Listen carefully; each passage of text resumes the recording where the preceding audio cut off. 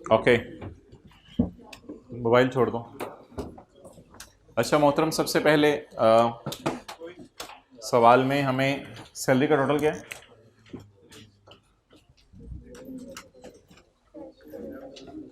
जी किया ही नहीं। 12489। अच्छा जी, सैलरी के अंदर हमें प्रॉफिट आ रहा है और ये फॉरेन सोर्स इनकम है, इसकी टेंशन ना लें, ये फॉरेन इनकम हो गई। ये फॉरेन इनकम कैपिटल गेन है, ये पाकिस्तान की अदर सोर्स है। इसका टोटल 3500। ओके, और इसके बाद कैपिटल गेन सेपरेट ब्लॉक है और इनकम फ्रॉम बिजनेस है पाकिस्तान में। तो अब पूरे डेटे को समराइज कर लेते हैं, वन बाय वन बताना शुरू करें। अलिफ और बे और फिर पाकिस्तान और फॉरेन इनकम। अलिफ, बे, बे, बे बे में दोनों प्रॉफिट ही हैं, 600 125, इसलिए टेंशन भी नहीं इनकी। अलिफ Pakistan source income other source. Separate block छोड़ें, सेपरेट ब्लॉक तो वैसे ही ऐड करके लेस होनी है, तो ये तो लॉसेस में वैसे ही नहीं डील होनी। और ये इनकम फ्रॉम बिजनेस है अलिफ। अब यहीं से बेशक शुरू कर दें। बिजनेस में क्या आ रहा है? लॉस। सैलरी में क्या आ रहा है? गेन आ रहा है। अदर सोर्स के अंदर बोलें क्या आ रहा है? गेन आ रहा है। तो सैलरी का प्रॉफिट आउटर कॉलम में रख देते हैं, इनकम फ्रॉम सैलरी जी आउटर कॉलम में रखें। 12489।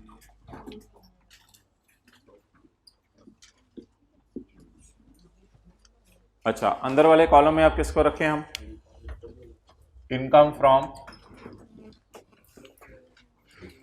अदर सोर्स को अंदर वाले कॉलम में रख के, देखें इधर, इनकम फ्रॉम अदर सोर्स को अंदर वाले कॉलम में रख के, इससे बिजनेस का लॉस माइनस हो जाएगा। अदर सोर्स को अंदर वाले कॉलम में रखें, बोले। वर्किंग के रेफरेंस देने हैं पेपर में। वर्किंग नंबर 1, वर्किंग नंबर 3 जी। लेस इनकम फ्रॉम बिजनेस का लॉस। वर्किंग नंबर 6, कितना लॉस है? 5260। बाकी कैरी फॉरवर्ड हो जाएगा। इन दोनों का डिफरेंस लेके जवाब मुझे बता दें क्या आ रहा है? 1760। टाइम पे आया करें, ये टाइम में लॉस आ रहा है, नेगेटिव आ रहा है, तो फिर इसको डैश डाल दें। कैमरा उधर कर दो, थोड़ी देर सेटिंग हो जाएगी।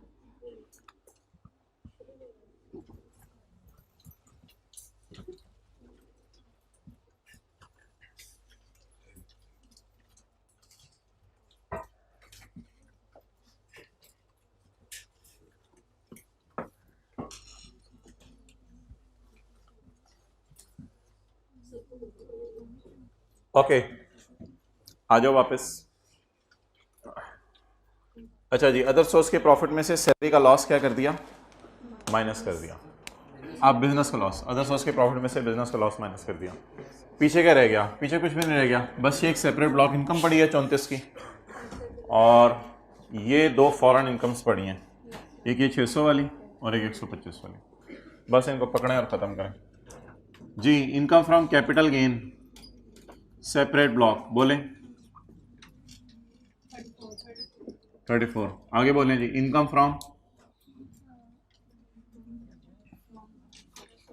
Other source foreign 600, income from capital gain foreign 1 to 5। तो जो हजरात लेट तशरीफ लाए हैं, आपने तो जाना था,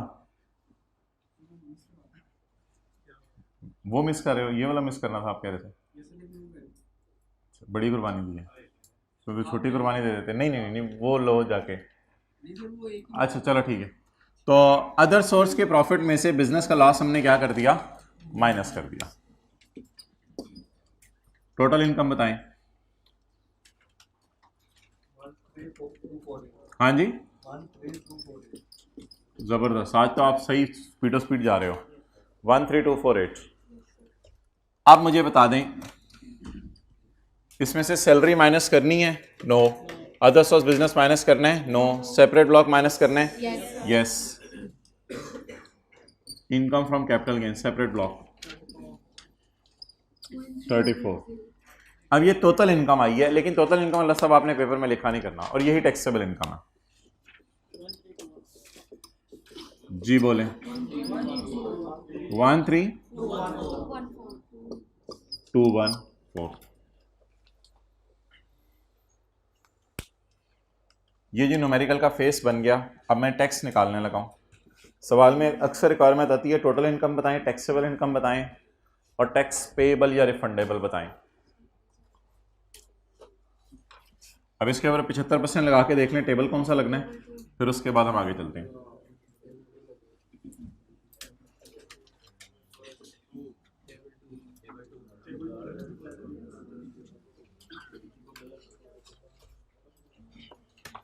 भाईजान कल भी आना है, ठीक है?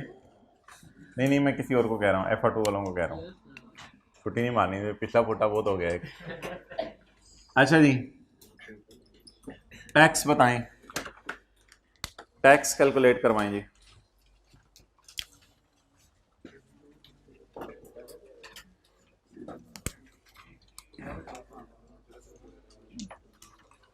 चलें फिगर ही बता दें। टेबल कौन सा लगा रहे हैं? टेबल 2 3380। यहां पे खड़े होकर आपने बैठ जाना है और अपने आप से सवाल पूछना है और कहना है कंपनी बैठ गई। अच्छा, और अपने आप से सवाल पूछना है कि अब कौन कौन सी चीजें ऐसी हैं जो कि माइनस करनी होती हैं। इसके लिए चैप्टर नंबर 19 पे मैं आ रहा हूं।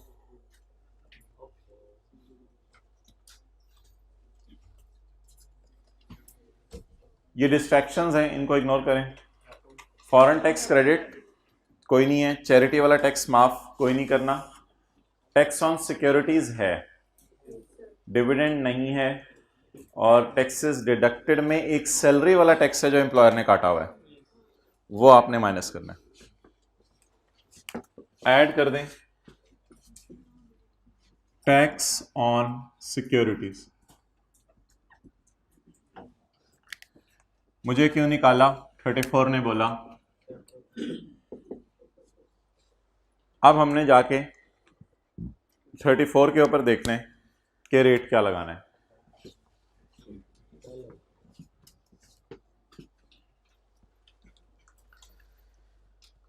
अगर मैं अपने सवाल में आऊं तो मेरा सवाल भी वही है जो आपका सवाल है।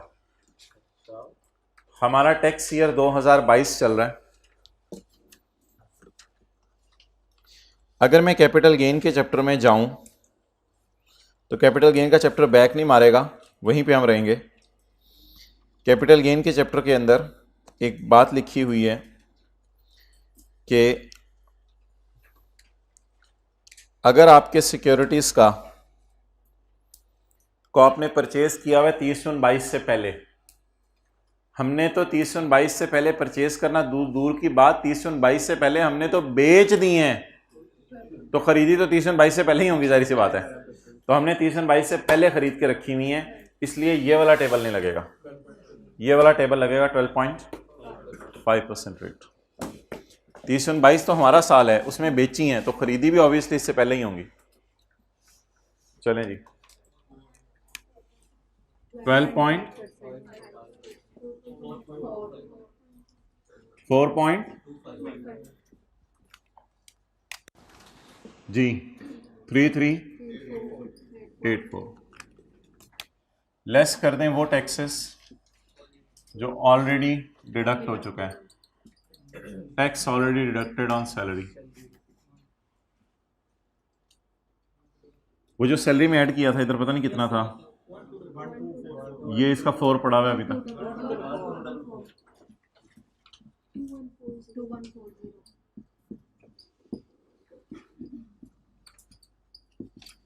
Payable to government. और कुछ एक्सेलेंट, कैरी फॉरवर्ड, न्यूमेरिकल के चिन्ह पे डाल दें carry forward income from business का लॉस। कितना माइनस करना चाह रहे थे? 52 था, कितना ऊपर प्रॉफिट? 35। 1760 को कैरी फॉरवर्ड कर लें।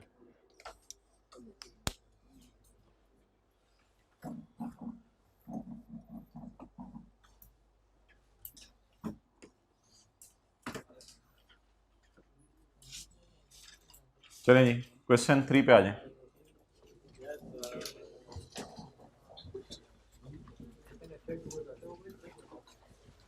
जितना इससे 3 बजे तक सब हाँ पार्क इंशाल्लाह।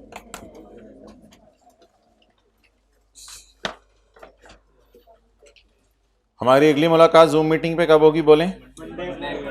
मंडे को 13 तारीख बन रही है, 13 देखें 13 बन रही होगी 11:45 AM 11:45 AM पर इंशाल्लाह। सोए होते हो? ये कब से मसला है? इस मीटिंग में देखते हैं, मैं ज़रा चीज़ों को थोड़ा नज़र मार लूँ, कुछ चीज़ें ऐसी हुई जो आपसे शेयर करनी हुई तो मैं कर लूँगा। और वैसे आप लोगों के कोई रूटीन के सवाल हों तो उसके लिए मंडे को जूम मीटिंग होती है, तो वो मंडे की सुबह आप उठ के जो है 10 बजे तक देख लिया करें।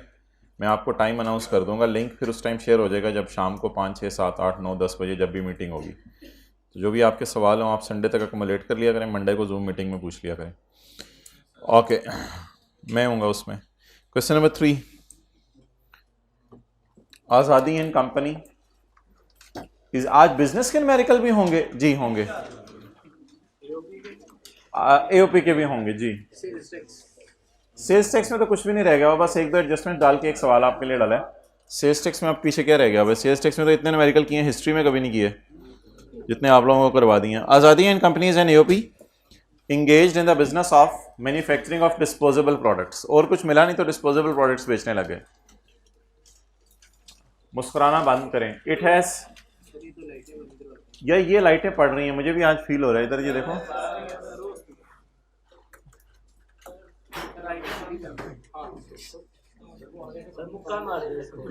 It has 2 equal partners. इसके 2 इक्वल पार्टनर्स हैं, ए और B. It has 2 equal partners, A and B. इसके 2 इक्वल पार्टनर्स हैं, ए और बी, दोनों का कद बराबर है। Following is extracted from AC's record for the year ended 30 June 2022। चुप। Sales minus sales tax minus trade discount is equal to net sales. अच्छा जी, ये कहानी जरा समझ लें। Sales minus sales tax minus trade discount.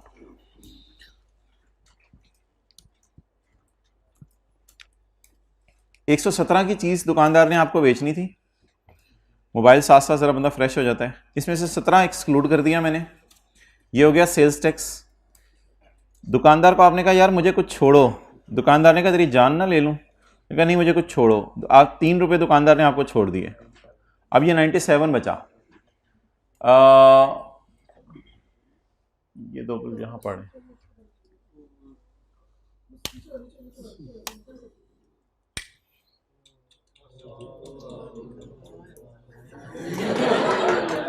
अच्छा अब आप मुझे ये बताएं कि मेरी सेल में मिसाल के तौर पे सब कुछ पड़ा हो तो पहले मैं सेल्स टैक्स माइनस करूं, फिर मैं डिस्काउंट माइनस करूं, तो कट कटा के डिस्काउंट और सेल्स टैक्स माइनस करने के बाद फिगर कितनी बची?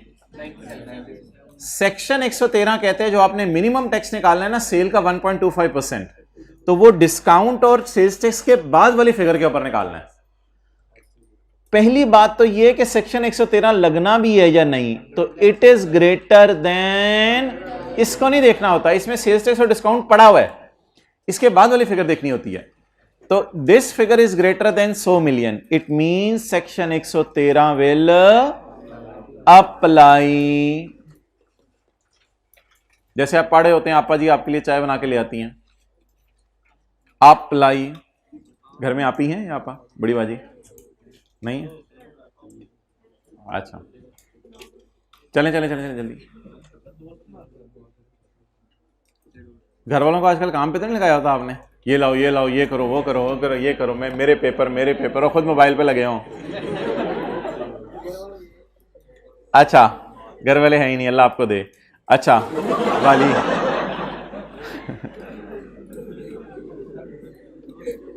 अब तो घर वालों को तो इधर नहीं ला सकता ना, अम्मी अब्बू को, तो अब मैं तो जी जो कहना था वही कह सकता हूँ। आमीन ही नहीं बोला तुमने। अच्छा सेल है, less sales tax, less trade discount, cost of sale आ रही है, फाइनेंस कॉस्ट आ रही है, ऑपरेटिंग एक्सपेंसेस आ रहे हैं, प्रॉफिट बिफोर टैक्स आ रहा है 34 का profit before tax. Let's start profit before tax से।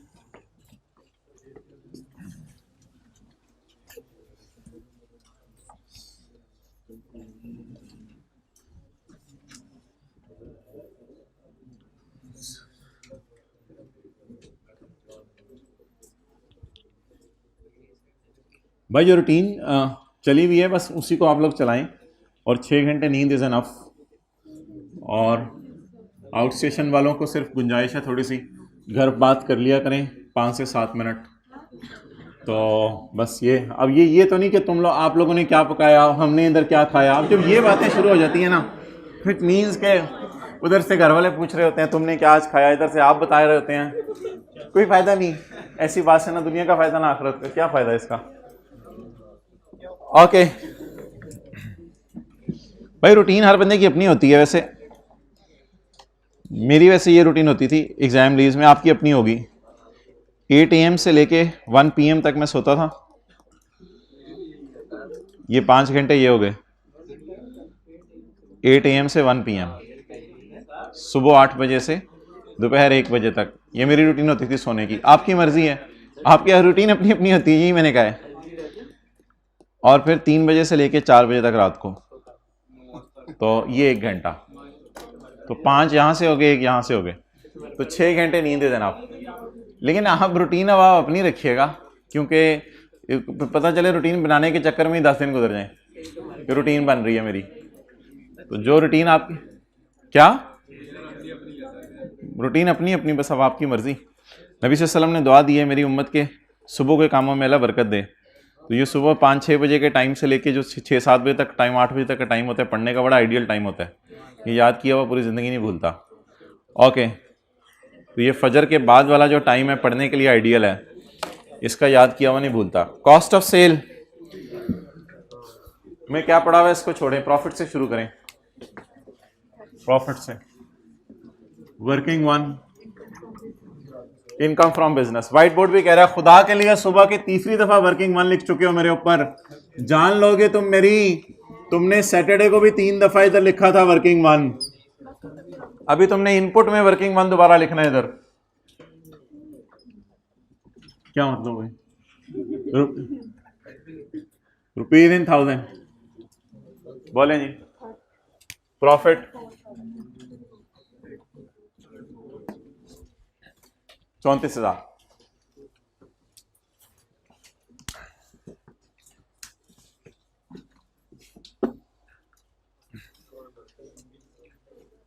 कॉस्ट ऑफ सेल में, अच्छा ये जो सारे आपको न्यूमेरिकल 2-3 आज करा रहे हैं, तो ये सारे सवालों की जरा उखी उखी एडजस्टमेंट उठा के यहाँ डाली हुई है। तो इसका मतलब है ये सवाल भी अगर आधा हो रहा है तो डेट इज़ गुड साइन। तो आसान आसान एडजस्टमेंट्स कोई भी नहीं रखी आज की क्लास के लिए। सारे सवालों की ज़रा पिछली 2 अटैम्प्ट्स की एडजस्टमेंट्स निकाल के इनमें डाली हुई हैं, या उससे पुरानी भी हैं कोई। कॉस्ट ऑफ सेल में पेमेंट पड़ी हुई है 12 मिलियन की to Hashim limited for purchase of new machine. New machine की परचेज के लिए अगर कोई आपने पेमेंट की है तो payment of machine is not a खर्चा to be included in cost of sale. Payment of new machine is a fixed asset, it is not cost of sale. तो ब्रैकेट में क्या लिखा हुआ है ये बहस तो मैं तब करूंगा जब मैं इसको उल्टा दूं और मैं रिक्लासिफाई करने लगूं चीजों को, तो तब ब्रैकेट भी मैं पढ़ लूंगा कि ये 12 में 2 पढ़ा होना चाहिए या नहीं पढ़ा होना चाहिए। फिलहाल तो मुझे 12 पूरे पे एतराज है, 12 में 2 तो अलग अलग डिस्कशन है कि 12 में 2 होना चाहिए नहीं होना चाहिए, ये अलग बहस है। मैंने आपको कहा हुआ था जो इंक्लूड है एग्जैक्ट इसको पकड़ के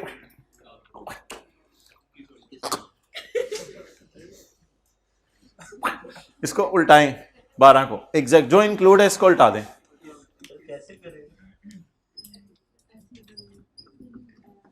ऐड, अच्छा जी, पेमेंट या cost of plant, cost of plant उल्टा दें। ये कितना 12,000। आज मैं एडलेस साथ साथ ही कर रहा हूं। अब आप कह रहे होंगे सामने नहर वाले पुल पे बुला के हमें ऐड के लिए 8 लाइनें छुड़वा के और फिर लेस हो रहा हूं आज जो एडलेस थे। ओके, अब इसको रिक्लासिफाई करते हुए हमने देखना है कि सवाल चाहता क्या है। पेमेंट ऑफ 12 मिलियन, इसमें सेल्स टैक्स पड़ा हुआ है, आपने प्लांट खरीदा है, इसमें सेल्स टैक्स पड़ा हुआ है। अच्छा जी, सेल्स टैक्स एसेट की कॉस्ट में होना चाहिए या नहीं होना चाहिए? IS 2 कहते हैं अगर तो ये रिफंडेबल है तो फिर ये एसेट की कॉस्ट का पार्ट नहीं है, और अगर ये नॉन रिफंडेबल है तो फिर तो ये पैसा आपका डूब गया है, फिर ये एसेट की कॉस्ट का पार्ट होना चाहिए। IS 16 सॉरी कहते हैं, IS 2 कहां से आ गया? IS 2 तो इन्वेंट्रीज का है।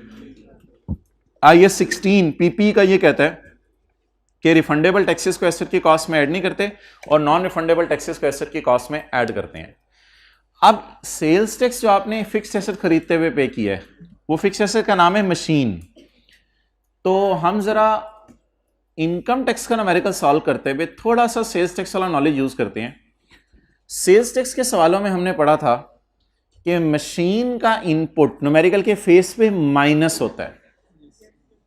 मशीन का इनपुट न्यूमेरिकल के फेस पे जो इनपुट माइनस होता है ना उसका नाम होता है रिफंडेबल, यानी माइनस हो गया, और जो इनपुट माइनस नहीं होता उसका नाम होता है डेड।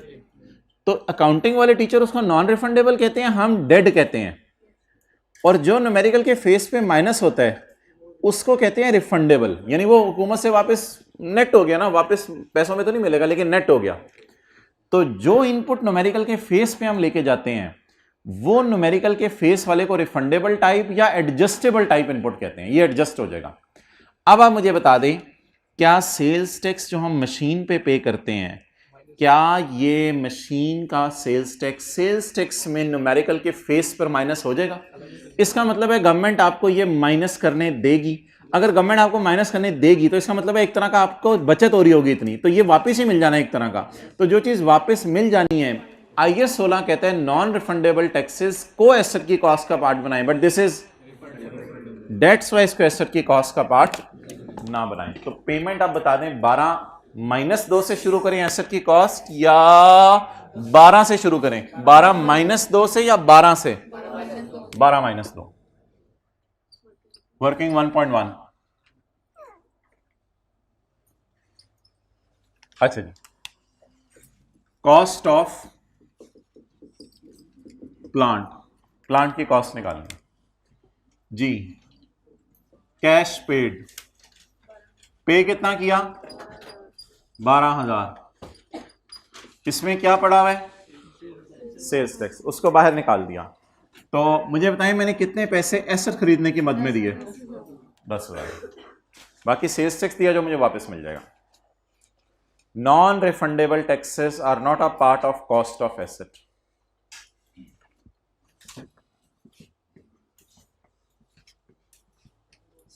जी सर, ये अगर एग्जाम्पल के लिए होता है, एग्जाम्पल बना रही मशीन एग्जाम्पल, वो फिर आप कर देते? हाँ कर देते। ओके नेक्स्ट, आगे आए जी। Payment of 12 million to Hashim limited for purchase of new machine for making plastic container in exchange of an old machine. अच्छा, पेमेंट की है 12 मिलियन की और नई मशीन आ रही है और पुरानी मशीन बदले में दे रहे हैं। इट मींस कि खाली पेमेंट नहीं कर रहे, आ क्या रहे? New machine. जा क्या रहा है? पेमेंट कैश, और बदले में एक जिसकी बुक वैल्यू के साथ कुछ ना लिखा हो तो लिखिएगा ये अकाउंटिंग बुक वैल्यू होगी, ये टेक्स्ट बुक वैल्यू नहीं है। एक मशीन जा रही है बदले में जिसकी अकाउंटिंग बुक वैल्यू 5 मिलियन है और मार्केट में इसकी कीमत कितनी है? 4 मिलियन ऑन एक्सचेंज डेट। अब देखते हैं जी सेक्शन 76 खोल के कि कॉस्ट एसेट की कैसे निकालनी है। So if I come in section 76, in section 76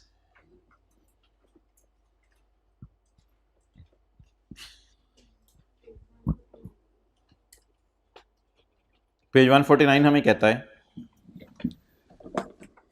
the cost of purchase asset shall be sum of total amount given for the asset, total amount given for the asset 10,000, ये हमने ले ली। Including, इसमें डालो the fair value of old machine determined at the time it is acquired. जब आप नया asset खरीद रहे हैं उस वक्त पुराने की फेयर वैल्यू डालो इधर। तो मजे की बात सुने, नई मशीन की फेयर वैल्यू सवाल में दी भी होती है, हम इग्नोर करते हैं। नई मशीन को उसकी फेयर वैल्यू पर रिकॉर्ड नहीं करना।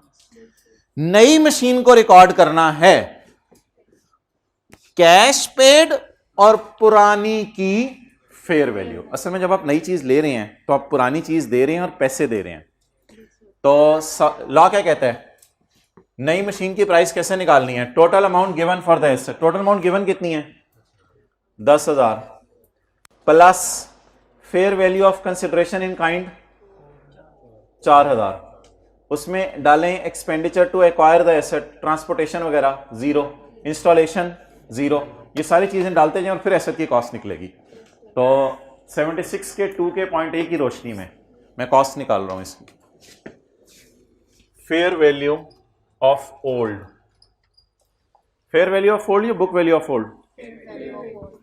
कितनी? इसका मतलब है ये निकल आई हमारी कॉस्ट किसकी? न्यू मशीन की। As per the light of section 76 के 2 का ए। जी मोहतरम, कॉस्ट क्या आ गई? 14,000। So it is the cost of new machine.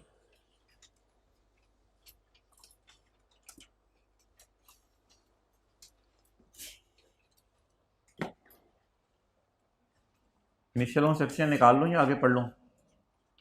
आया हूं इधर तो निकाल लें। Initial launch depreciation, initial launch plant है ना,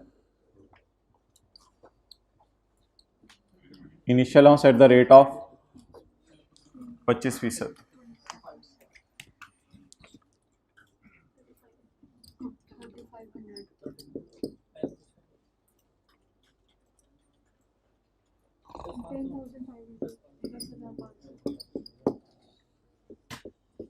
टैक्स डिप्रिसिएशन, बिल्डिंग के लिए 10, कंप्यूटर के लिए 30, बाकी सबके लिए 15%।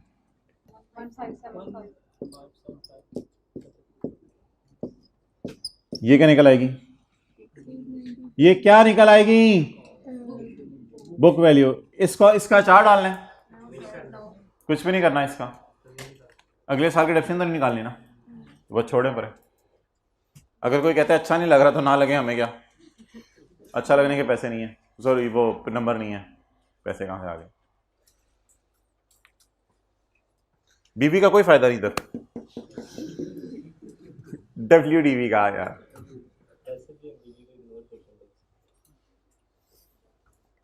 ओके।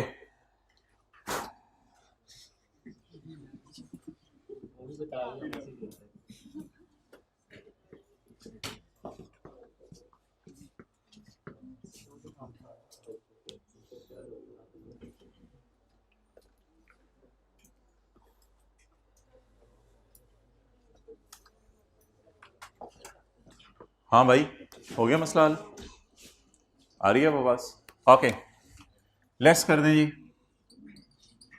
यार ये क्या कर रहे हैं हम, एसेट की कॉस्ट उल्टा के उसकी डेप्रिसिएशन माइनस कर रहे हैं, बस ये कर रहे हैं। कई सवालों में ये किया हुआ है, एसेट की कॉस्ट उल्टा देते थे और उसकी डेप्रिसिएशन माइनस करते थे। इसकी जगह टैक्स वाले क्या माइनस करने देंगे, इनिशियल अलाउंस और टैक्स डेप्रिसिएशन, और आगे वर्किंग का रेफरेंस हम पेपर में देंगे 1.1। चीजें खत्म होने की तरफ जा रही हैं तो हम जरा प्रॉपर तरीके से कर रहे हैं जी। 3500 1575 एडलेस हो गया।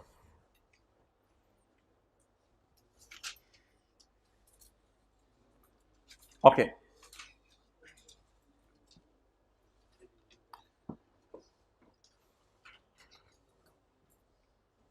अगली लाइनें पढ़ने से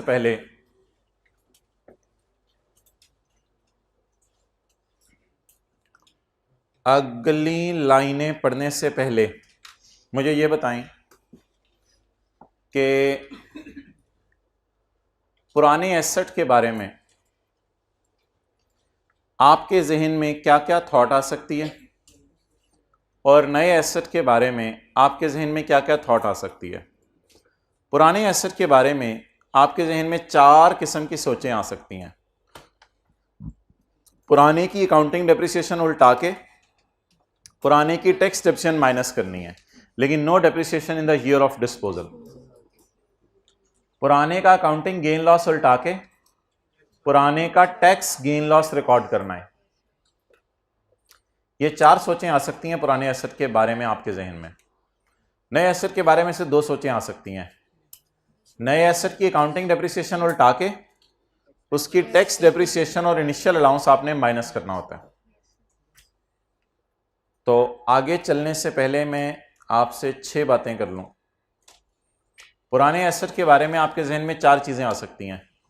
पुराने की अकाउंटिंग डेप्रिसिएशन उल्टा के पुराने की टैक्स डेप्रिसिएशन माइनस कर दें।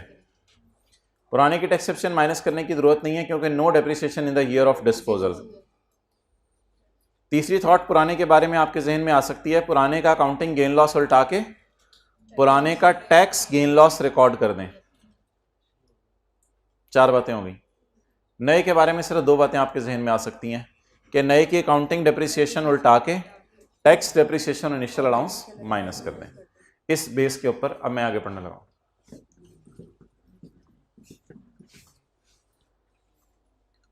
Old machine was purchase some years back. 1 जनवरी 20 को खरीदी थी। 1 जनवरी 20 का मतलब है 30/20, 30/21, 30/22। 3 साल ये यूज हुई है, लेकिन इस डेप्रीशिएट 3.5 इफेक्टिवली बनेगी, लेकिन उन चक्रों में छोड़े, हम तो 30 जून पे ब्रेक मारते हैं ना। तो 30/20 इस्तेमाल हुई, 30/21 इस्तेमाल हुई और 30/22 हमारा साल भी इस्तेमाल हुई, लेकिन there is no depreciation in 30/22। अब पुरानी मशीन हमने 1 जनवरी 20 की खरीदी हुई है, तो पुरानी मशीन की 1 जनवरी 20 की कॉस्ट पकड़ेंगे और इसको 30/20 और 30/21 पे लाके डेप्रिशिएट करेंगे। ये आ जाएगी मेरी टैक्स वालों की WDV एज ऑन 30/21, पिछले साल का आखिरी दिन, और फिर कंसिडरेशन में से माइनस कर देंगे टैक्स वालों की WDV। Disposal of old machine and depreciation of new machine were not recorded in books of accounts. शुक्र है, अब हमें उल्टानी नहीं पड़ेंगी। पुरानी मशीन की डिस्पोजल अकाउंटिंग की बुक्स में रिकॉर्ड नहीं हुई। आप बताएं, क्या मैं अकाउंटिंग गेन लॉस उल्टाऊं या अकाउंटिंग गेन लॉस पुरानी का रिकॉर्ड ही नहीं हुआ? अच्छा जी, लेकिन टैक्स वालों का गेन लॉस तो मैं निकालूंगा इंशाल्लाह। पुरानी का उल्टाने की जरूरत नहीं। क्यों नहीं उल्टाने की जरूरत? ये पुरानी के गेन लॉस की डिस्कशन हो गई, और पुरानी का गेन लॉस टैक्स वाला मैं निकालूंगा, वो लिख जाता हूं इधर। वर्किंग नंबर 1.2, टैक्स वालों का गेन लॉस किस पर? On old machine. Consideration less tax वालों की WDV पिछले साल के एंड तक 3021।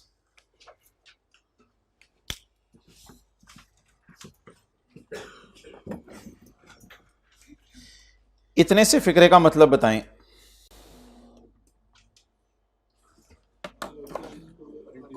पुरानी का गेन लॉस रिकॉर्ड, बस आई कंक्लूड कि पुरानी का गेन लॉस उल्टाएं नहीं। बट एक चीज तो मुझे पता है, पुरानी का अकाउंटिंग गेन लॉस नहीं उल्टाना, टैक्स गेन लॉस तो रिकॉर्ड करना है ना, इसलिए उसका मैंने फॉर्मेट बना के छोड़ दिया। अगली लाइन पढ़ें।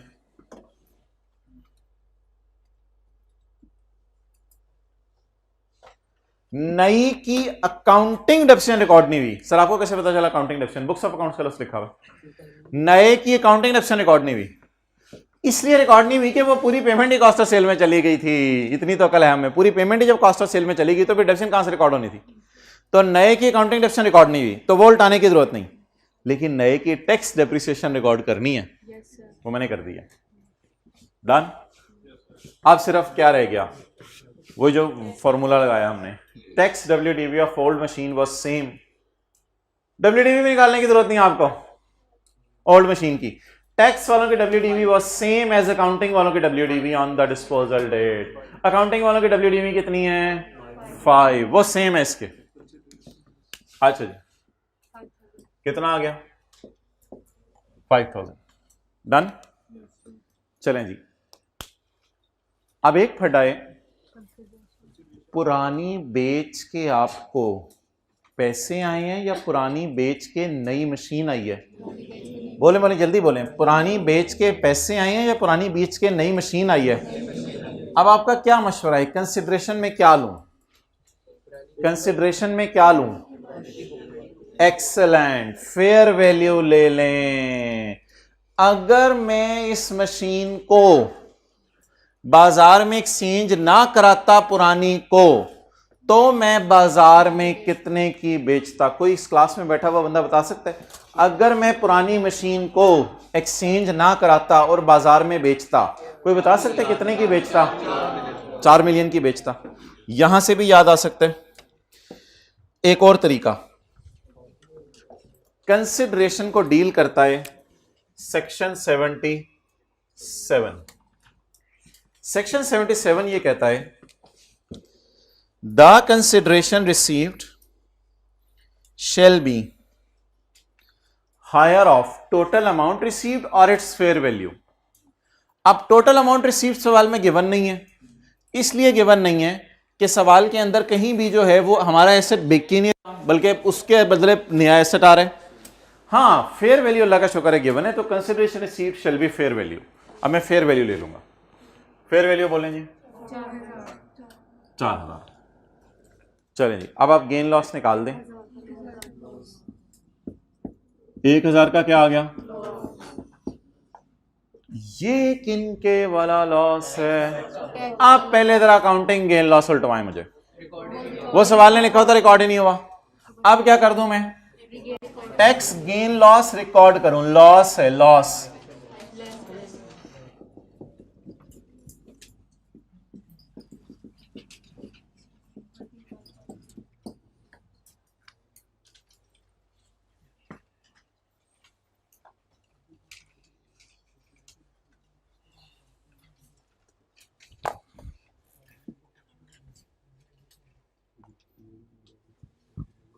ओके, अब मोहतरम, अगर इस एडजस्टमेंट के 3-4 मार्क्स थे पेपर में, तो अब बच्चे पेपर में 2 किस्म के हुए होंगे। एक वो बच्चे होंगे पेपर में जिन्होंने पता क्या किया होगा, उन्होंने कहा होगा इतनी बड़ी एडजस्टमेंट रशीद तू पढ़ ले आप ही। एक वो होंगे, दूसरे बच्चे वो होंगे जिनको इस 2 मिलियन का समझ नहीं आया होगा। For the sake of discussion में बात कर रहा हूँ, 2 मिलियन का समझ नहीं आया होगा। उन्होंने 12 को पकड़ा होगा, हो सकता है 12 में 4 ऐड कर दिया हो सकता है करना भूल गए हो। उन्होंने 12 को पकड़ा होगा और 12,000 को पकड़ के यहाँ लिखा होगा, और नई कॉस्ट जो आई है एसेट की उस पर 25% लगाया होगा। इसको यहाँ पे पूरे 1 मार्क्स मिला होगा, अगर इसका 1 मार्क्स है, पूरा 1 नंबर मिला होगा। फिर उसने अगर इस फिगर को, जो भी उसकी गलत फिगर आई है, गलत फिगर को पकड़ के ये लगाया फिर उसको इसका भी पूरा मार्क्स मिला होगा। इन दोनों फिगर्स को यहां पोस्ट करने के अलग मार्क्स होते हैं, वो भी इसको मिले होंगे, वो भी इसको मिले होंगे, पूरे मार्क्स मिले होंगे, कोई नंबर नहीं कटा होगा। सॉरी ये वाले। और कॉस्ट ऑफ सेल में 12 पड़ा है, ये तो उनको बात याद होगी कि उल्टा देने, जो खर्चे में डला हुआ है उसे उल्टा देना, ये भी उसको पूरे मार्क्स मिले होंगे, 12,000 उसने उल्टाया होगा। Things are very easy. Marks अंदर से आपको ढूंढने पड़ते हैं चीज़ों के, और कुछ ऐसे भी होते हैं जो छोड़ के आ जाते हैं। आप कोई हाथ खड़ा करके बता दे जरा, मैं छोड़ के अक्सर आ जाता हूँ, ऐसी चीज़ कोई ना हो रही हो ना तो टच भी नहीं करता। ये एक बंदे ने हाथ खड़ा किया, ऐसा ना किया करें, ऐसा ना, एक आहिस्ता आहिस्ता। दिल में और भी आ रहे लोगों के हाथ खड़ा करने का, हाथ नहीं खड़ा कर रहे इस वक्त, पता नहीं क्यों। आखिरी क्लास से ना, सेकंड क्लास सॉरी, हमने मंडे को मिलना है एक दफ़ा, और वो तो बरकत के लिए, लेकिन ज़रूरी है, वो भी पार्ट ऑफ सिलेबस होगा, उस क्लास के ऊपर लिखा होगा। ओके, इस सवाल को मैं एंटरटेन नहीं करूंगा। बहुत से लोग ये सवाल पूछ रहे हैं, history of tax laws in Pakistan chapter 1 में याद करना या नहीं करना। मैं इस सवाल को एंटरटेन नहीं करूंगा। भाई जो चीज़ें पढ़ा दी हैं सारी सिलेबस में, आप याद करना ना करना तो आप जिम्मेदार हैं, कंपनी तो नहीं जिम्मेदार।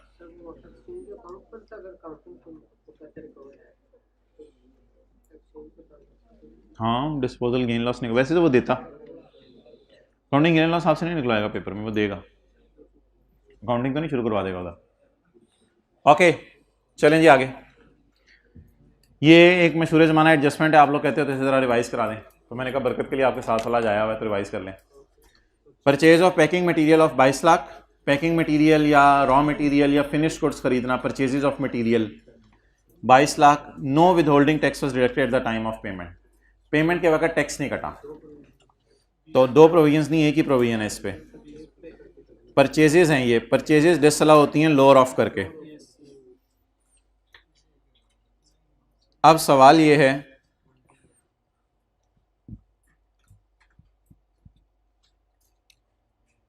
कि परचेजेस हमने डिसअलाउ करनी है, उसका रूल लिखा हुआ है पेज नंबर 129 पर, 128 पर। परचेज डिसअलाउ होती है लोअर ऑफ करके,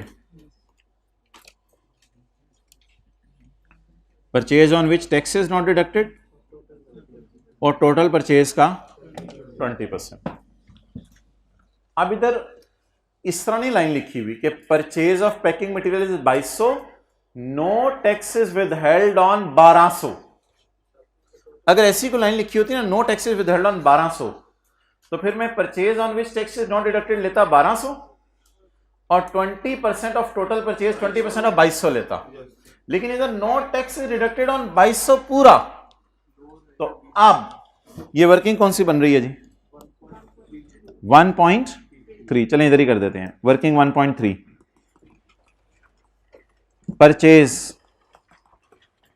disallowed lower of on which no tax deducted, जिस पे टैक्स नहीं कटा, वो पूरी 2200 है, या 20% of total purchase, total purchase भी 2200 है इधर।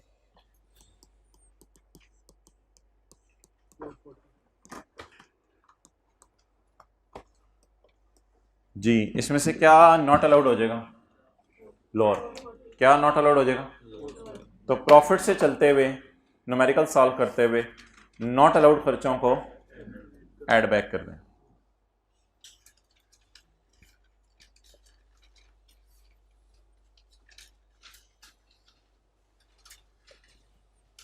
ओके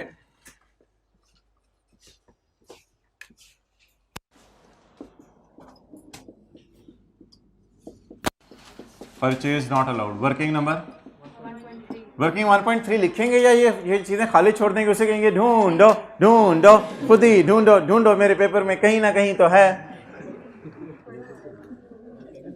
चपेट मारनी है उन्हें।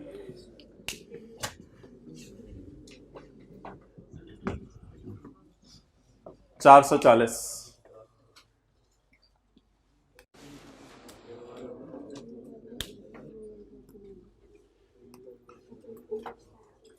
यार वो गोट्स खरीदी थी कुर्बानी के लिए ईद पे, उनका क्या किया था याद है? वो जो मैं किया था हमने, ज़िबा नहीं किया था उसको, तो तिक्का बोटी से बाहर नहीं आ रहा। क्या किया था उन गोट्स का?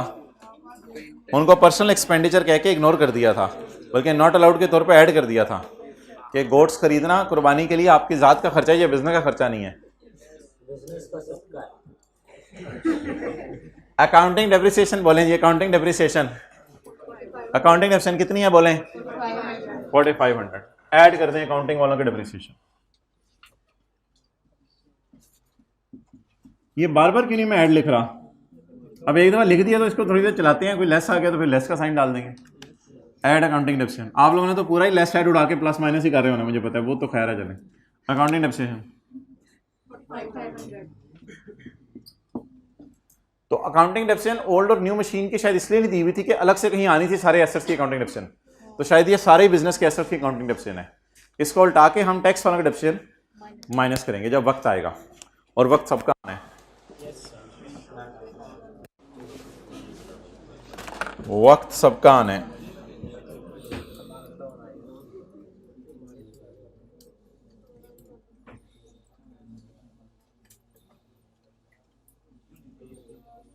वैसे यार दूसरी क्लास वालों ने पता नहीं क्या बात कर दी थी, तो फिर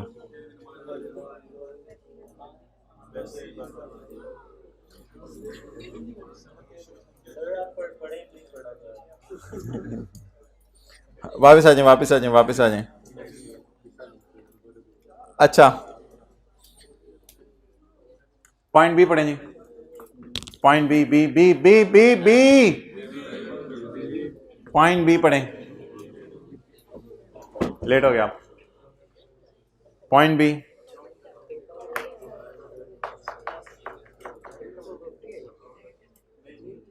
इनकम फ्रॉम प्रॉपर्टी कहां से आ गया? खर्चों में रेंट दिया है प्रेमिसेस का, कमा रहे हैं रेंट या पे कर रहे होंगे rent? Annual rent of premises amounting to 1560। खर्चों में हमने एनुअल रेंट डाला हुआ है प्रेमिसेस का 1560, तो हमने बिल्डिंग कोई किराए पे ली हुई है, रेंट पे टैक्स नहीं काटा हमने, या काट लिया है। withholding tax of 144 was deducted from the rent but was not deposited in government treasury. होता ये होगा कि डीओजी जब काटता होगा ना, तो काट के जो जो सारे काटते होंगे, सारे काटे हुआ मटेरियल लाके एक बड़े से ग्राउंड में रख देते होंगे, फिर जो है डीओजी के वालदैन तकसीम करते होंगे, तो अजीब सी बात होगी। चलें वापस आ जाएं। हुआ ये कि हमने टैक्स काटा है, लेकिन काट के गवर्नमेंट के खजाने में जमा नहीं करवाया, तो ये काटना भी क्या? काटना हुआ, जिसमें गवर्नमेंट के खजाने में जमा ना कराएं। यानी कॉलेज वाले सर आसिफ को कह दें कि हम आपकी सैलरी से टैक्स काट रहे हैं, और काट के कॉलेज वाले अपनी दराज में रख के बाद में से याशियां कर रहे हो। टैक्स तो काटा था ना सर आपकी सैलरी से, लेकिन कहाँ नहीं पहुंचा? आप बता दें जी, अगर टैक्स नहीं काटा हमने किसी पेमेंट पे, तो ये खर्चा माइनस करने की इजाज़त होगा या नॉट अलाउड होगा? इसमें 20% वाला कोई चक्कर नहीं है, ये सारा खर्चा ही नॉट अलाउड होगा। कितना नॉट अलाउड में डालूं? 144 144 वाले बताएं, 1560 वाले हाथ खड़ा करें, और वो वाले हजरात हाथ खड़ा करें जो 1560 माइनस 144 का कुछ करना चाह रहे हैं। नहीं, ऐसा कुछ नहीं करेंगे भाईजान। खर्चों में जो पड़ा हुआ है आपने उसको उल्टाना है, बस याद रखिएगा पेपर में। खर्चों में पड़ा कितना हुआ है, आपने सिर्फ उसको उल्टाना है। अब 1560 में 144 टैक्स था, इसको जरा इस तरह समझिएगा कि मैं कहता हूं जी सर आसिफ की salary for the sake of discussion 2 lakh रुपए है। अच्छा लुटो मची हुई है, 1 0 काम लगाया। अच्छा, इसमें से कॉलेज वालों ने 1,80,000 उनको दे दी, और जो 20 टैक्स काटा वो कॉलेज वालों ने डाल दिया पेएबल टू गवर्नमेंट अकाउंट में, लेकिन बाद में पे नहीं किया। मुझे बताएं इस एंट्री में खर्चा कितना बुक होता है? अकाउंटेंट खर्चा कितना बुक करते हैं? पूरा 2 लाख। एक बात याद रखिएगा, अकाउंटिंग वाले एक्सपेंस डेबिट साइन, अकाउंटिंग वाले एक्सपेंस डेबिट फुल अमाउंट से करते हैं। सवाल वाले ने ना हमें पंगा डाला है, उसने कहा है तुम्हारा रेंट एक्सपेंस है 15, इसमें से पेएबल है गवर्नमेंट को, और बाकी आपने कैश पे कर दिया उस बंदे को। अब हमने जो डिसअलाउ करना है ना, वो करना है जो खर्चों में पड़ा है। तो खर्चों में याद रखिएगा पूरा खर्चा पड़ा होता है या टैक्स कट के खर्चा पड़ा होता है? पूरा खर्चा। इसलिए पूरे खर्चे को डिसअलाउ कर दें बस चुप करके। और वो बात भी जो हमने क्लास में एक दफा की थी, बस जो इंक्लूड होता है उसको उल्टा देना होता है, तो इंक्लूड वाली फिगर को उल्टा दें। जी पूछो। नहीं बाद में नहीं, अभी पूछो पूछो पूछो।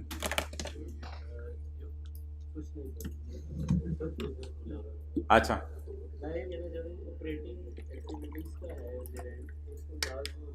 इसलिए ये टैक्स नहीं काटा, या काट लिया, काट के गवर्नमेंट के खजाने में जमा नहीं कराया। और ना ना ना ना ना ना मेरी भाई एक और मिसाल देता हूं आपको। 27,000 की सैलरी आपने कैश में पे कर दी। अब ये तो नहीं होता कि खाली 2,000 को नॉट अलाउड करें, पूरी 27,000 को नॉट अलाउड करते हैं। इसी तरह याद रखिएगा, सरासिट की सैलरी पे अगर टैक्स नहीं कटा तो इसका मतलब ये नहीं कि कॉलेज वालों को सजा ये मिले कि 20,000 को इनकम में ऐड कर दें, पूरे 2 लाख की तनख्वाह पे टैक्स नहीं काटा, पूरा खर्चा डिसअलाउ होता है। ऐसे नहीं छोड़ते, टैक्स वाले जान ले लेते हैं आपकी, पूरा खर्चा डिसअलाउ करते हैं, तो पूरा का पूरा खर्चा आपका डिसअलाउ हो जाएगा। ये दुनिया में कभी भी ऐसा नहीं होता कि खर्चा नॉट अलाउड में ये फिगर डाली जाए। याद रखिएगा हमेशा पूरा खर्चा डिसअलाउ होता है। और कुछ बिजनेसमैन ऐसे होते हैं जो कहीं भी टैक्स नहीं काटते, तो वो बेचारे खाली सेल पे टैक्स दे के आ रहे होते हैं, खाली सेल पे टैक्स देते हैं, ना रेंट पे टैक्स काटा, ना सैलरीज पे टैक्स काटा, ना और किसी चीज पे टैक्स काटा। तो बताएं खर्चा डिसअलाउ होता है या टैक्स डिसअलाउ होता है? खर्चा। आप बता दें ये खर्चा कितना है on which tax is not deducted? Rent expense not allowed कर दें 1560। यार नहीं, ये दरवाजा बंद कर दो, ये खोल रहे हैं बार बार, उधर से जाएं, मुंह धो के आ जाए, लेकिन अब ये दरवाजा बंद होगा, फिर जाएं जल्दी अब। ओके ये वो जो होमवर्क में आपको एडजस्टमेंट दी थी, provision for bad debt, provision for bad debt पड़ी है खर्चों में। यार चुप करो ना, कौन बोल रहे हैं? खर्चे इंक्लूड अंदाजा, अंदाजे नहीं, एक्चुअल राइट ऑफ माइनस करने की जरूरत है। पहले इसको उल्टा के इजी मार्क्स लें, मोबाइल साइड पे रखें, इसको उल्टाते हैं हम। खर्चों में 735 पड़ा है। बोले खर्चे इंक्लूड प्रोविजन,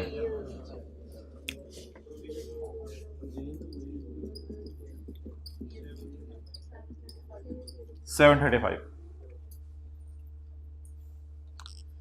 और माइनस करना है इसकी जगह actual bad debt written of. किसके नीचे क्या लिखा हुआ है? किसके नीचे?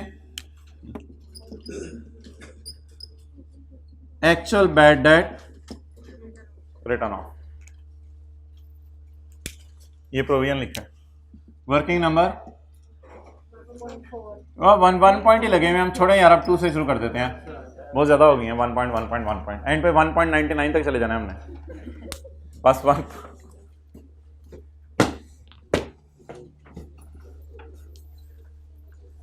The opening balance of provision and closing balance of provision for 1100 and 1435.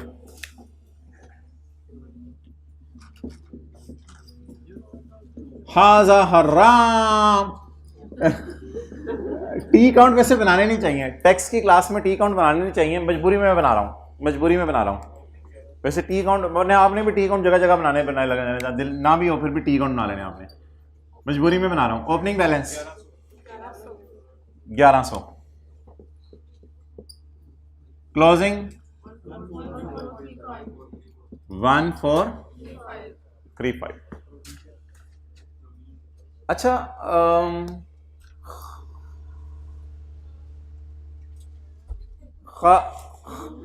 खर्चों में कितना पड़ा हुआ है? खर्चों में कितना पड़ा हुआ है? Be more expressive in text और ईमेल, एक्सेस ऑल इमोजी। जान दे यार, छाड़ अपने काम नहीं हो रहे साढ़े खत्म।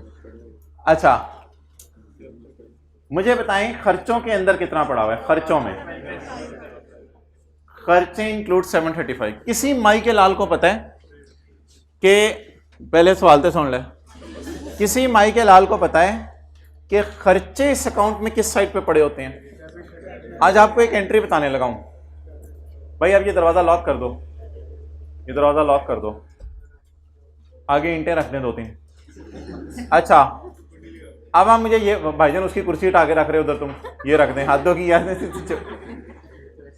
अच्छा खर्चे कहां पड़े होते हैं? खर्चे हमेशा याद रखिएगा, ब्राउन जैकेट वाले सर उठा के, भाईजान सर उठा के जीने। अच्छा हमेशा याद रखिएगा खर्चों की entry provision, credit, P&L debit, तो ये P&L में चली जाती है चीज। तो खर्चे इधर पड़े होते हैं। कुछ टीचर्स इसको लिखवाते हैं बैड डेट एक्सपेंस के नाम से, बैड डेट एक्सपेंस, लेकिन इससे जब फेस पे लेके जाते हैं तो कुछ लोग प्रोविजन P&L में प्रोविजन के नाम से लिख देते हैं, लेकिन ये होती है P&L वाली फिगर। तो मैं आपको इन सारी बातों से साइड पे करवा के ना एक हिंट देने लगा हूं। आपने जो भी एक्सपेंसेस की फिगर होगी ना, जो एक्सपेंसेस में इंक्लूड होगी, वो यहां लिखा करनी है। ये बैड डेट एक्सपेंस ही है असल में जी। 735। ओके, ये करने के बाद हम आगे गए, हमने कहते हैं bad debt written off include, हमने तो अभी निकाला ही नहीं, इसलिए हमने यहां इधर अपना नाक रख दिया और रुक गए। बैड रिटर्न ऑफ इंक्लूड कहते हैं बैड रिटर्न ऑफ में शामिल है। मैंने जाके देखा रिटर्न ऑफ तो मैंने अभी तक निकाला नहीं, तो मैं निकालता हूं फिर जाके वो पढ़ लेता हूं।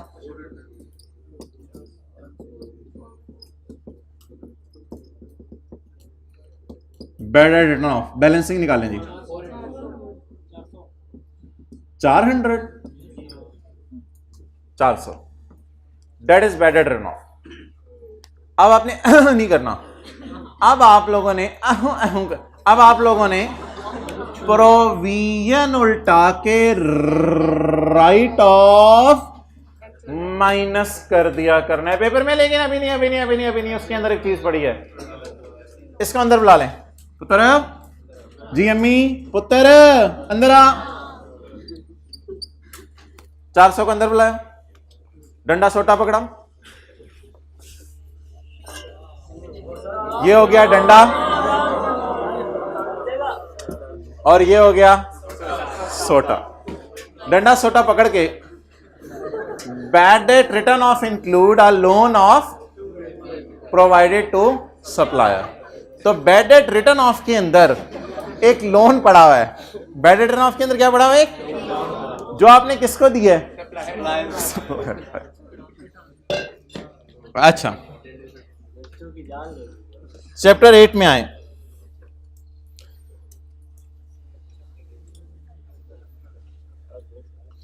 रशीद तू ना ही जाया कर यार, उत्थे ही वेख ले बस। बैड रिटर्न ऑफ में हमने पढ़ा था यार, वो अब्दुल्ला को कहो टेस्ट लाने हैं, टेस्ट बांटने हैं, वो चेक करवा लिए मैं। ऑनलाइन वालों के भी 9 टेस्ट थे, टेस्ट 12 चेक करके अपलोड हो गए हैं, चार्टर्ड अकाउंटेंट से चेक करवाए हैं, कमेंट्स भी लिखे होंगे। कितने लोगों ने बरकत के लिए टेस्ट दिया था? Test 12 well done, test check हो चुके हैं, बांटने हैं। कुतुब का तो उधर आ गया था, उधर ही बांट दिया था जी। वो फिर 11:45 पे कर लेंगे उस दिन। 11:45 पे कुछ पेपर भी आपको दिखा दूंगा बच्चों के कि क्या मसले कर रहे हैं। मंडे को इंशाल्लाह 13 हो, मॉक होगा 21 मार्च को। चुपे डेट लगी हुई है उधर, क्या लगी हुई है? नोटिस बोर्ड पे डेट लगी हुई है 21 फरवरी है जी, 21 फरवरी को मॉक होगा। अच्छा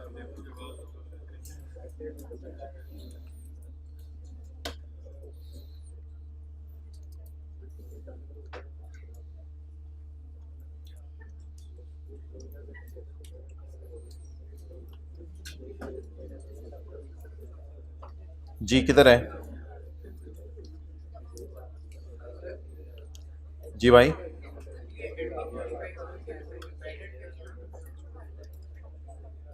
ओके, ये कह रहे हैं बैड डेट का एक्सपेंस एडमिन एक्सपेंसेस के बजाय सेलिंग एक्सपेंसेस के अंदर पड़ा होना चाहिए था। कुछ लोग मोबाइल साथ यूज कर रहे हैं, तो एडमिन की बजाय सेलिंग में पढ़ा होना चाहिए था। तो भाई हमें क्या फ़र्क पड़ता है, हम कौन सा P&L इधर बना रहे हैं कि हमें क्लासिफिकेशन सही करनी है। खर्चा जहाँ मर्जी पढ़ाओ, हमने तो उल्टाना ही है ना खर्चे को। अब्दुल्ला ये पेपर ले आए और उस क्लास के बैलेंसिंग भी ले आए साथ डाल के, जो उस क्लास से बचे थे वो भी इसमें है। वो लाइन लाइन लाइन लाइन सारे इकट्ठे लाइन, पेज 145। अगर वसीम काकड़ का पेपर नहीं है तो उनको खड़े कर दें उस क्लास में। अच्छा वसीम काकड़ खड़े हो जाएंगे, टेस्ट चल नहीं दिया हुआ। आप जी मोहतरम मुझे ये बताएं कि सवाल के अंदर लिखा हुआ है कि ये जो बैड डेट है ये रिलेट करता है स्टाफ को जो लोन दिया हुआ था उससे। तो हमने ये पढ़ा था कि स्टाफ को या सप्लायर को, जिस मर्जी को, लोन रिसीवेबल पास्ट में इनकम में नहीं गया होता, इसलिए हमने कहा था इसको खर्चे को नॉट अलाउड करना है। लेकिन जो आम आपकी क्रेडिट सेल होती है वो वाले डेटर पास में इनकम में गए होते हैं, उनको आपने अलाउ कर देना है। इस बुनियाद पर हम बैड डेट सारा अलाउ करेंगे जो सवाल में निकल रहे हैं, या सारे में से वो अलाउ करेंगे जो पास में इनकम में गया। अब सवाल ने बताया नहीं पास में इनकम में कितना गया, लेकिन सवाल ने एक चीज बता दी, एक ऐसा भी है जो कि पास्ट में रिसीवेबल बुक हुआ था, इसको फिर फारग कर दें, निकाल दें इसमें से। बैड रिटर्न ऑफ में जो मसला है उसको निकालें। चू बोले तो 115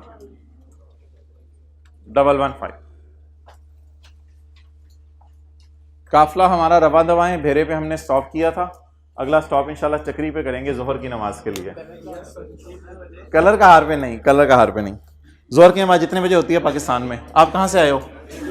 आप अंटार्कटिका से आए हो? जितने बजे जोहर की नमाज होती है?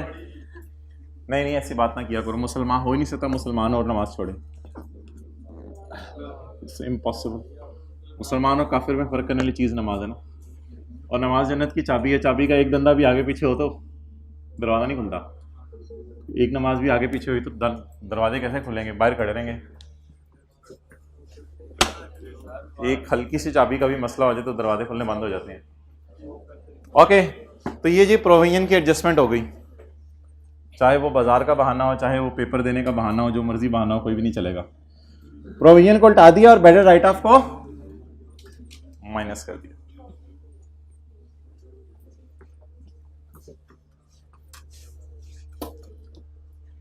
अब तो शायद सीए फाइनल के पेपर भी हो जाते हैं दिन दिन में। पुराने ज़माने में तो सीए फाइनल के पेपर होते थे 2 बजे से 5 बजे तक, रीडिंग टाइम नहीं होता था तब। तो फिर हमें 4 बजे बीच में उठ के नमाज़ पढ़ने जाना पड़ता था, क्योंकि 5:01 पे तो मगरिब की जाने शुरू हो जाती थी। तो इसलिए फिर पेपर में से ही नमाज़ पढ़ने जाना पड़ता था। ऑब्वियसली अब नमाज तो नहीं छोड़ सकते ना। आगे चलें, नहीं तो इसमें ऑब्वियसली बात है, मुसलमान ने तो नमाज़ पढ़नी है, बहुत तो कोई हल नहीं है।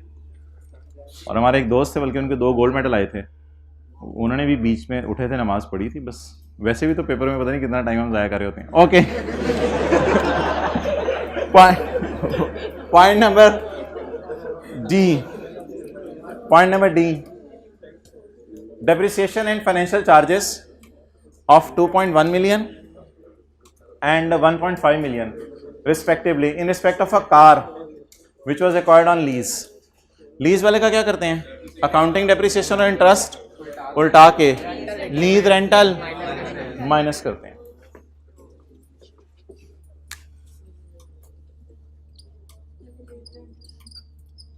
Accounting depreciation उल्टाएं।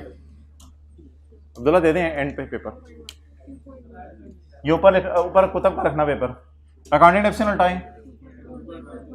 2.1 नहीं, 2.100 भी नहीं, 2100 और इंटरेस्ट उल्टाएं। ये बोल कौन रहा है? फिर मुझे भी बोलना आता है और मैं फिर बोलूंगा नहीं। ओके, अच्छा जी, एक एडजस्टमेंट थी, उधर ही रखो कैमरा।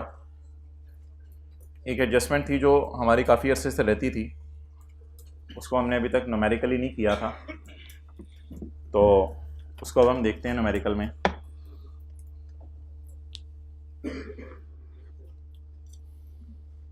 ये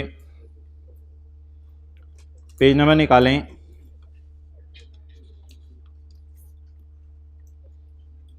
सेक्शन 28।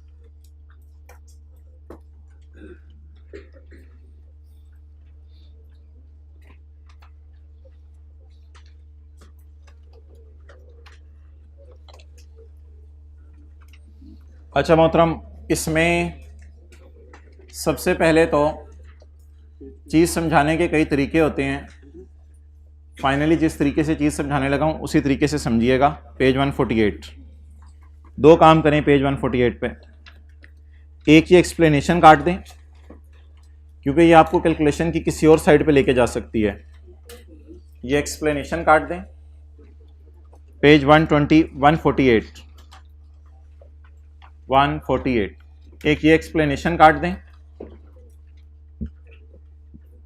और एक ये लाइन काट दें। ये लाइन काट दें।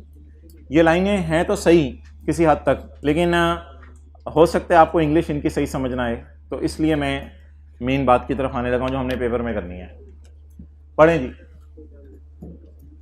सुबह सुबह हमने एक सवाल में, आपको पता है, इंटरेस्ट ऑन लोन माइनस किया था 3% वाला। वो अगर मैं आपको दिखा दूं, ये देखें, any interest on loan paid by the person if loan is used in, तो ये इस वजह से हमने किया था। इंटरेस्ट बिजनेस का नॉर्मल खर्चा है, खर्चे के तौर पे माइनस करने की इजाजत है। ये तो मैंने कोई और बात कर दी। Lease rental paid by a person to a bank और अ लीजिंग कंपनी, ये खर्चा है।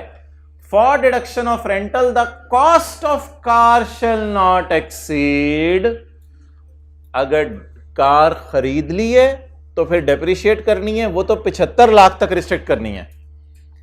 अगर कार खरीदी नहीं बल्कि गाड़ी आपने किस पे ले ली है, लीज पे ले ली है, तो अगर 25 लाख से ऊपर की, कुछ लोगों का ख्याल है यहां भी 75 लाख होना जाना चाहिए, लॉ मेकर ने वहां 75 लाख कर दिया है, तो यहां भी 75 लाख कर दे, क्योंकि वहां पहले 25 लाख होता था। लेकिन लोगों का ख्याल है लॉ मेकर से को भूल गए, अब यहां 25 लाख ही लिखा हुआ है, तो हम इसी को सामने रख के चलेंगे। आईकेप की किताब में भी 25 लाख है, इनकम टैक्स ऑर्डिनेंस में भी 25 लाख है। अच्छा, अगर गाड़ी अपनी खरीदें और 75 लाख से ऊपर हो, तो एज्यूम करने कितने की खरीदी है, 75 लाख की, 7.5 मिलियन की। और अगर गाड़ी लीज पे लें, तो ऐसी सूरत में गाड़ी 25 लाख से ऊपर वाली गाड़ी आप अगर लीज पे लेंगे तो रेंटल में एक रिस्ट्रिक्शन लगेगी। 25 लाख से ऊपर वाली गाड़ी लीज पे लेंगे तो रेंटल में एक रिस्ट्रिक्शन लगेगी। उस रिस्ट्रिक्शन को आज मैं न्यूमेरिकली अप्लाई करवाने लगा हूं। अब for deduction of rental cost of car shall not exceed 25 lakh. लेकिन इधर देखें, ऑन 1 जुलाई 21 हमने एक लीज पे लिया गाड़ी, entered into lease agreement with a bank for a car of 10.5, जाग रहे हैं, गाड़ी 25 लाख से ज्यादा है, against the annual rental of 3 million, और उसमें से किराया कितना दे दिया, 3 मिलियन। 3 मिलियन हमने किराया दे दिया। गाड़ी कितने वाली लीज पे ली है, क्या 10.5 का चेक बना के दे दिया होगा, या गाड़ी के रेंटल दे रहे हैं हम? अच्छा, कितने वाली गाड़ी लीज पे दी, कितने वाली गाड़ी लीज पे ली, 10.5 वाली, उसका कितना रेंट दिया? अब 3 फिगर्स आपके सामने होंगी पेपर में। What is the rental paid for the year, 3 million. What is restriction of law, 25 lakh. What is cost of car, what is being restricted to what, 3 नहीं, अंग्रेजी पढ़ो। For deduction of rental the cost shall not exceed 25 lakh. Cost 25 lakh से नहीं बढ़ेगी, तो किसको रोकना है 25 लाख पे, कॉस्ट को। अब एक काम करना है आपने,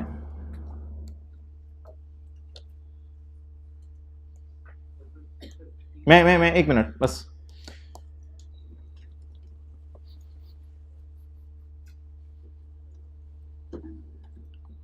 आप लोगों ने सबसे पहले पकड़ना है सवाल के अंदर 25 लाख को,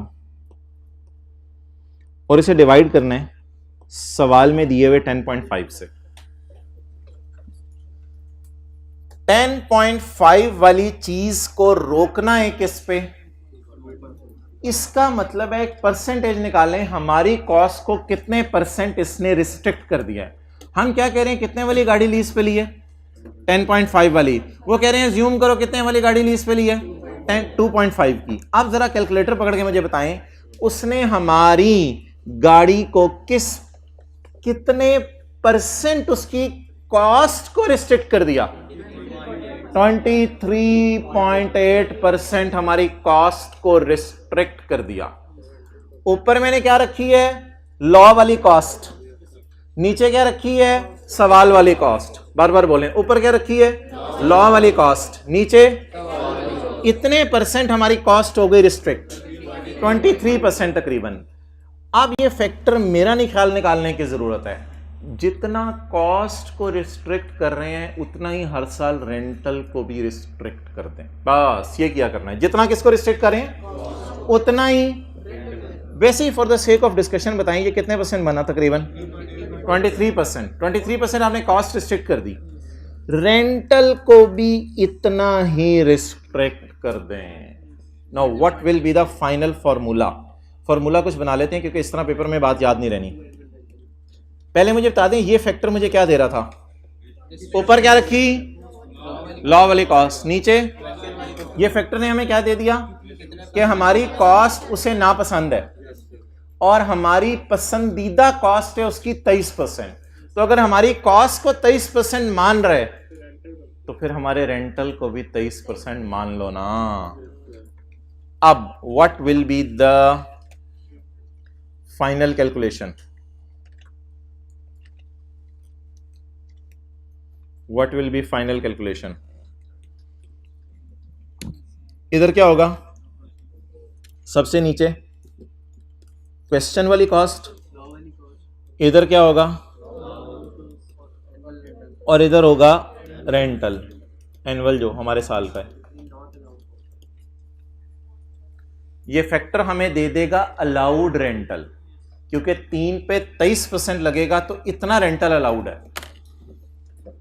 क्योंकि 2.5 भी अलाउड टाइप चीज है ना। लो कॉस्ट नहीं लिखना, लॉ वाली कॉस्ट, लॉ वाली कॉस्ट, लॉ वाली कॉस्ट, लॉ वाली कॉस्ट, लॉ वाली कॉस्ट, रिस्ट्रिक्टेड कॉस्ट भी कह सकते हो आप इसको।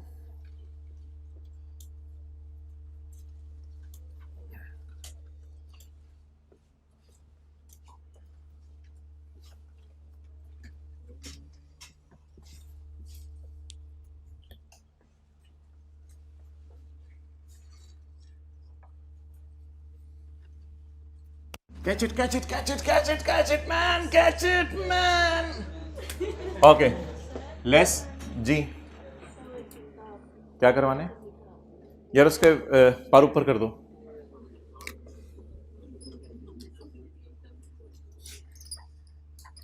रेंटल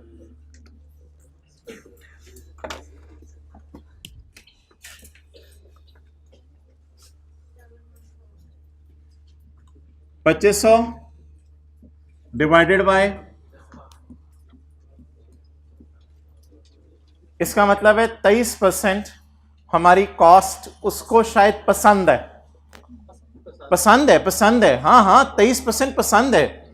10.5 में से 2.5 उसे पसंद है, हमारी 23% कॉस्ट उसे पसंद है, तो फिर हमारा रेंटल भी उसे कितना पसंद होगा, 23%। लेकिन एक काम करना है आपने जरूर, कि शर्त यह है कि ये गाड़ी यूज हो रही हो बिजनेस में। अगर ये घर में यूज हो रही है तो फिर उतना रेंटल माइनस करने की जरूरत नहीं होगी। तो एक छोटा सा मसला हो रहा है, आपको याद है कोई भी एसेट भी लेते थे हम, थोड़ा सा घर में यूज हो रहा था, थोड़ा सा बिजनेस में, डेप्रिसिएशन को पोर्शन करते थे, तो इस तरह रेंटल को भी पोर्शन करें। मुझे बताएं ये गाड़ी कितना बिजनेस में यूज हो रही है, 80%।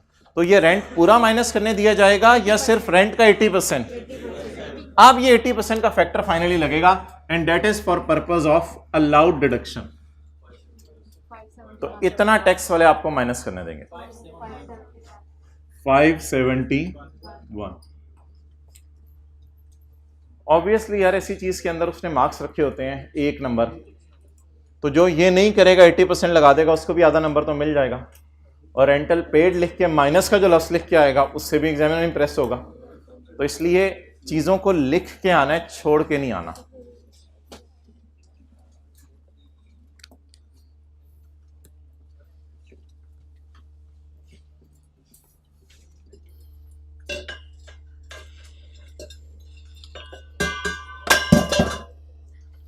नहीं, छोटा गिरा, डंडा नहीं गिरा, डंडा भी मेरे पास है। फटू की जो तूने क्लास छोड़ी है ना अभी तक, मुझे लेनी थी क्लास। ओके, हो रहा था यार, हमारी तो नहीं होती थी क्लासेस छोड़ने की हिम्मत, पता नहीं। अच्छा,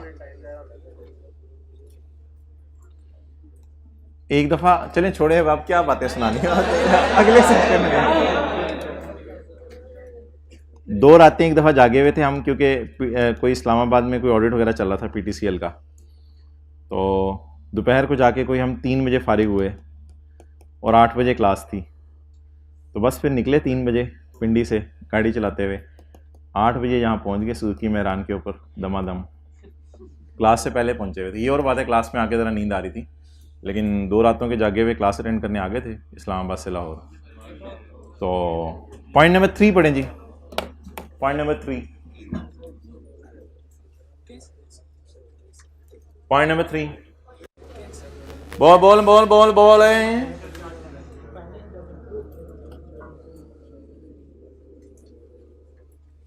भाईजान जी इनकम बताएं कौन सी है यार? बड़े फोन आ रहे हैं तीनों, मैं उस वक्त तक फोन निकाला नहीं उस वक्त का, और इसको फोन आ रहे हैं। वही तो घर से मैसेज।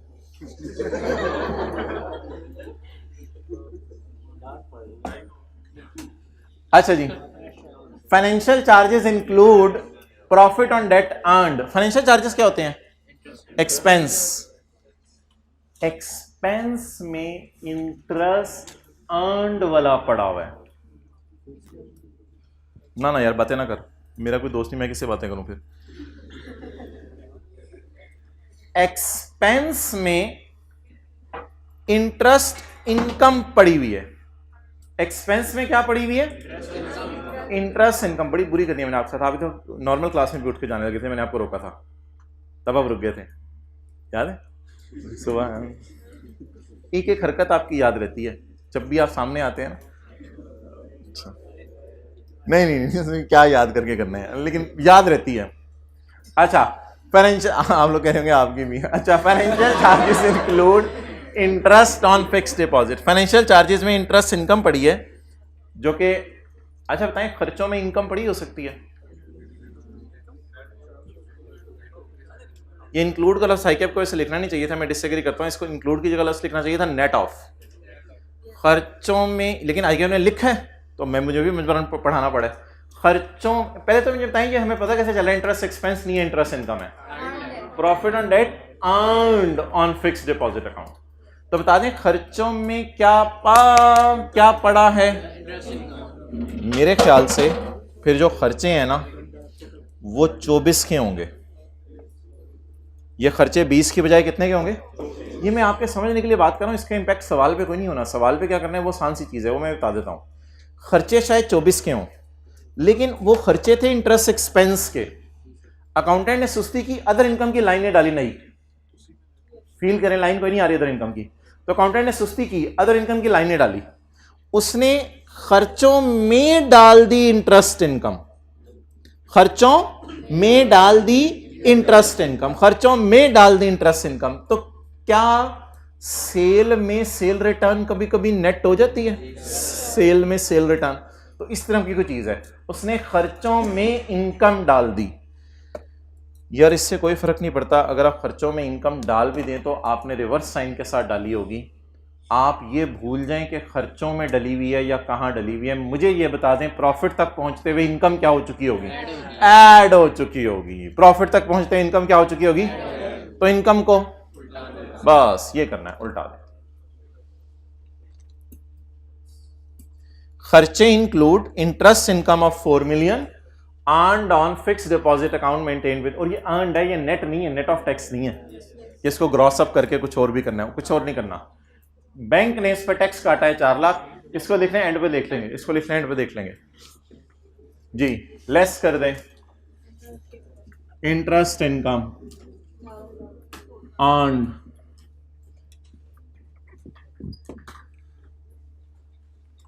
मैंने माना खर्चों में पड़ी हुई है, लेकिन खर्चों में नेगेटिव साइन के साथ पड़ी होगी, नहीं नहीं नहीं नहीं नहीं नहीं, प्रॉफिट तक पहुंचती हुई ये ऐड ही हो चुकी होगी।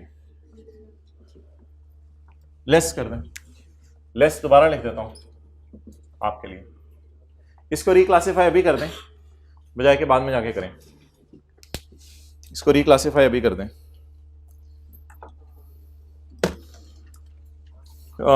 बिजनेस के लिए भी लाइनें छोड़नी है हमने, passenger vehicle, tax taxation, tax rate source, ये तो तकरीबन 4-5 लाइनें छोड़नी है।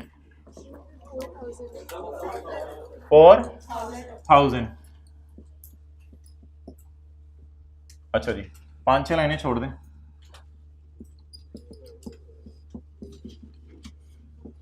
जी इसके आगे एनटीआर का लफ्ज लगाऊं या एफटीआर का? वर्किंग, इसके साथ एनटीआर का लफ्ज लगाऊं या एफटीआर का? देखना पड़ेगा कि इंटरेस्ट मिला किससे है, बैंक से।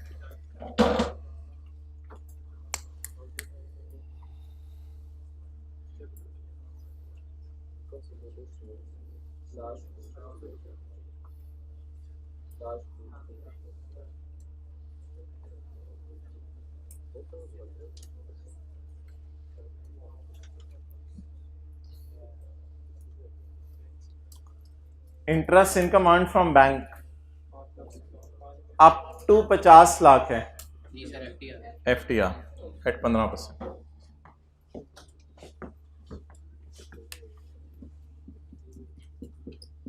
फाइनल टैक्स रिजीम,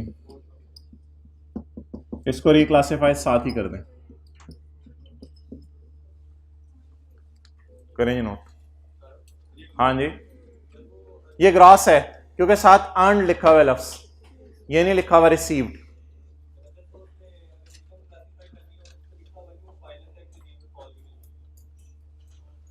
वो मैंने कहा था उसने वैसे ही लिखा हुआ है, आई कैप एफटीआर के साथ अदर सोर्स का लफ्ज लिख रहे, कोई नहीं लिख दिया करो, खैर है।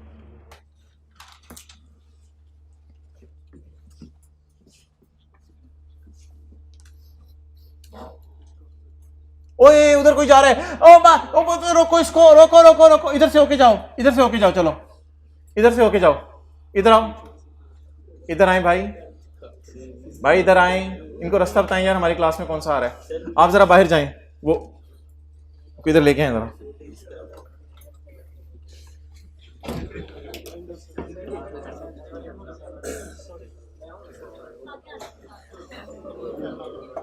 हाँ बोलो, किधर जा रहे हो?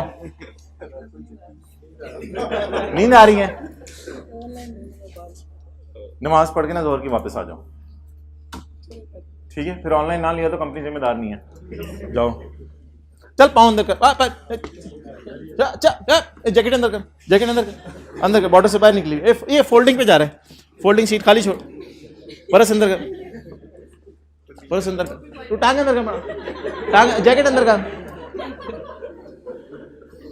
ओके चले जी, कुछ ऐसा हो रहा हो ना जो आपके साथ ही हो रहा हो, तो वो सबको ना बताया करो कि आपके साथ हो रहा है। अच्छा जी आगे चलें। आप पैसेंजर ट्रांसपोर्ट व्हीकल, डंगर ट्रांसपोर्ट व्हीकल तो नहीं लिखा हुआ, डंगर ट्रांसपोर्ट कर रही है या पैसेंजर ट्रांसपोर्ट कर रही है? Passenger transport vehicle used for उठाना एंड गिराना ऑफ एम्प्लॉइज, उठाना एंड गिराना of employees was disposed of. अब एम्प्लॉइज पैदल जाए करोगे, एम्प्लॉइज को उठाने गिराने के लिए हमने एक पूरी गाड़ी खरीदी हुई थी 80 लाख रुपए की, ये खरीदी बेची है 80 लाख की, बेची है, खरीदी थी 85 लाख की पिछले साल। ये फील हो रहा होता है, आप नजरें झुकाते हैं एकदम, ये देखते ही नजरें झुकाते हैं, झुकाया करें नजरें, जैसे कोई ये आए तो नजर झुका के फौरन। 2022 का सवाल चल रहा है। No accounting deficiency was provided during the year, शुक्र है वरना हमने उल्टा देनी थी, शुक्र है रिकॉर्ड ही नहीं की। अब रिकॉर्ड ही नहीं की तो हमने उल्टानी नहीं, ठीक है। चलो वापस। अच्छा, accounting loss has been recorded in P, ये तो इजी था मार्क्स लेना। Accounting loss has been recorded in PL है।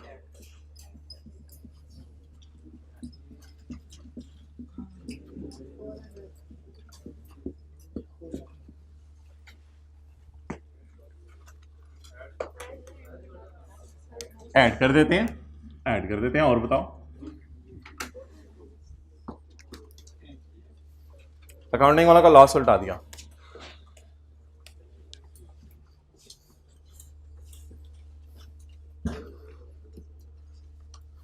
अच्छा जी,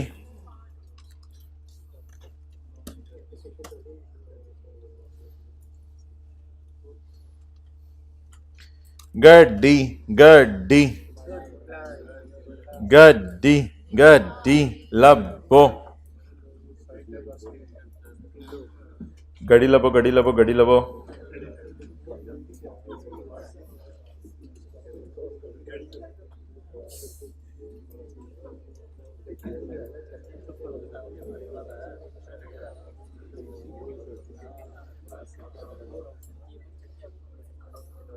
पेज 136 जी भाईजान, सवारियों को बिठा के किराया लिया जा रहा है या नॉट प्लाइंग फॉर हायर है? प्लाइंग फॉर हायर वाले हाथ खड़ा करें कि सवारियों को बिठा के किराया लिया जा रहा है। किराया नहीं लिया जा रहा, इसलिए बोलें। तो कुछ बच्चे ना पता नहीं इस गाड़ी को पढ़ के क्यों समझते हैं कि ये प्लाइंग फॉर हायर टाइप चीज़ है, और इसकी को 75 लाख तक रिस्ट्रिक्ट ना करें, जितनी मर्जी की गाड़ी है कोई मसला नहीं। बिल्कुल गलत समझते हैं। कहीं लिखा हुआ it is plying for hire? तो अगर नहीं लिखा हुआ plying for hire, passenger transport vehicles तो दोनों ही होती हैं। पैसेंजर का मतलब है बंदे बैठने हैं, डंगर नहीं बैठने। या असल में पैसेंजर ट्रांसपोर्ट का ऑपोजिट होता है गुड्स ट्रांसपोर्ट। तो ये गुड्स ट्रांसपोर्ट व्हीकल नहीं है, ये कौन सी है? पैसेंजर। दोनों में बैठते पैसेंजर ही हैं। आप बताएं क्या ये सवारियों को बिठा के किराया लेने वाली चीज़ है या किराए के अलावा वाली कोई चीज़ है? तो इस पे इनिशियल अलाउंस कैलकुलेट नहीं होगा और इसकी कॉस्ट को रिस्ट्रिक्ट करेंगे खरीदने के साल में। किस पे? 7.5 पे। अच्छा जी, अब मुझे बता दें, इसका मैंने गेन और लॉस निकालना है। गेन लॉस निकालने का क्या तरीका है? गेन लॉस निकालने का ये तरीका है कि A into B over A is the amount received on disposal, B is 7.5 million and C is actual cost। चलें जी, पहले तो WDV निकालते हैं ना। WDV निकालते हैं। वर्किंग नंबर 4,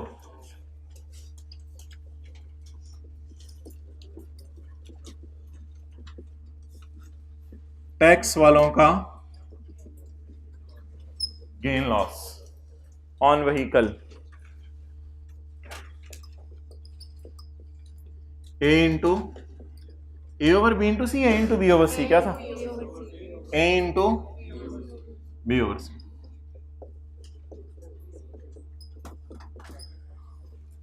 गेन लॉस किस साल निकाल रहे हैं? गेन लॉस किस साल निकाल रहे हैं? हमारे साल। खरीदा कब था? पिछले साल। और इतने बेको, खरीदा कब था? बेचा कब? कितने साल डेप्रिशिएट हुआ होगा? 85 लाख 75 लाख 85 लाख 75 लाख 85 लाख 75 लाख 75 लाख में डेप्रिशिएट हुआ होगा। क्या टैक्स WDV वर्किंग 4.1 में निकालूं या सिर्फ एक साल की डेप्रिसिएशन ही है? इधर ही निकाल लूं। डरते डरते अगर मैं ये हिम्मत कर लूं 85 लाख जरा 85% 75 लाख जरा, तो डरेंगे तो नहीं? चलें छोड़ें, कुछ की शक्लें बन गई हैं। डेप्रिसिएशन का रेट बताएं जी।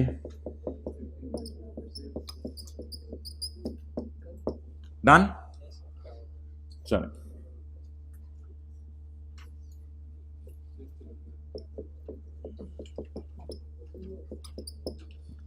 कॉस्ट माइनस एक साल की डेप्रिसिएशन। ये एक साल कौन सा है?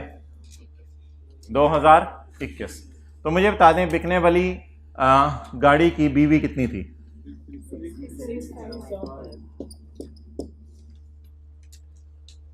यहां आपने BV को नहीं छेड़ना, यहां आपने कंसिडरेशन को छेड़ना है। यहां किसको छेड़ने? यार मैं आपको बताता हूं बीवी को कब छेड़ना है। जब एसेट पार्टली बिजनेस पार्टली जब asset partly business partly private purpose के लिए यूज हो रहा हो, तो बेचने के साल में WDV में डिडक्शंस नॉट अलाउड ऐड कर देनी है, तब WDV को छेड़ना है। इधर WDV को नहीं छेड़ना, इधर किसको छेड़ना है? कंसिडरेशन को। ए बोलें क्या है? आप लोग ना बस आप लोग बैठे आराम से, साथ वाले की गोद में ना सर रख के लेट जाएं, सीधा हो। Amount received on disposal of vehicle. नशा उतर रहा है थोड़ा थोड़ा न्यूमेरिकल्स का, चढ़ना शुरू हो रहा है, उतर रहा है। ये 8000। बी क्या है? 7500। और सी क्या है? Actual cost. एक्चुअल कॉस्ट बोले 8500। बस ए बोले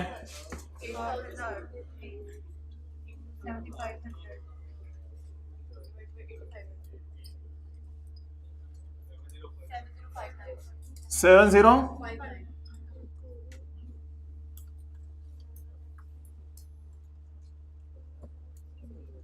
ना भाई मुस्कुरा, बोर तो मुझे होना चाहिए, पिछली क्लास में भी मैंने पढ़ाया सारा। मैं बोरियत शो कर रहा हूँ, हो रहा हूँ, लेकिन शो नहीं कर रहा। 680 जी मोहतरम, हम पहुंच चुके हैं पहले ही, आप चांद पे बहुत लेट पहुंचे हैं। टैक्स वालों का गेन।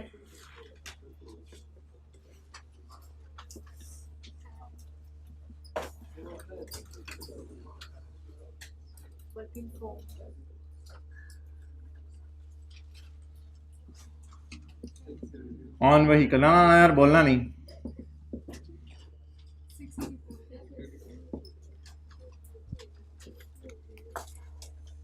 $684।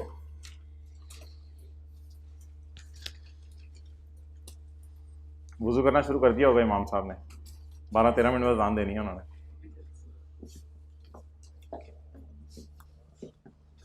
ओके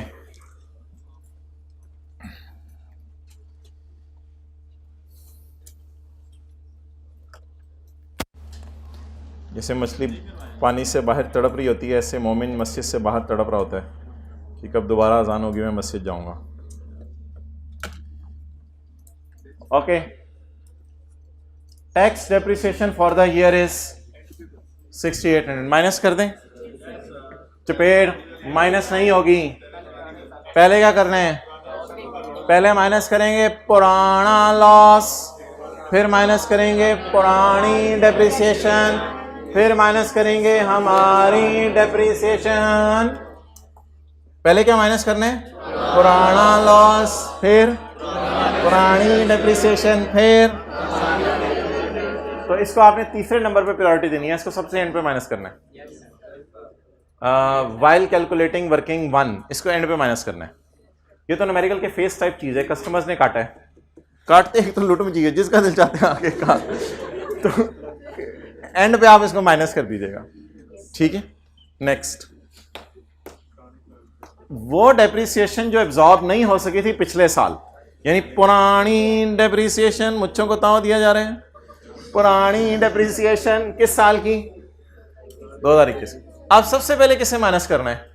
पुराना लॉस, वो है नहीं, ये पार्टनर की इंफॉर्मेशन है, यानी मिस्टर ए और बी की। ये तो अब एओपी का तो मेरे को खत्म हो गया, पुराना लॉस अब है नहीं, क्या करें?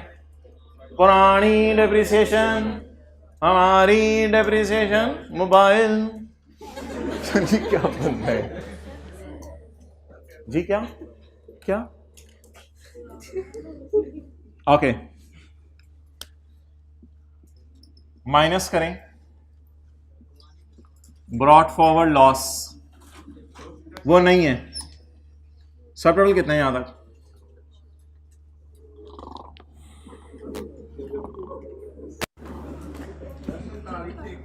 47,100 नहीं, तू अभी मूड में है, कोई अच्छा बच्चा कैलकुलेट करे। हाँ तो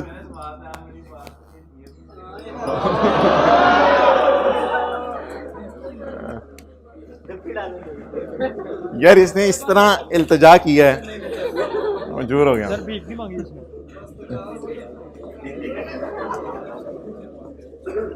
अच्छा next, less brought forward loss before depreciation है कोई?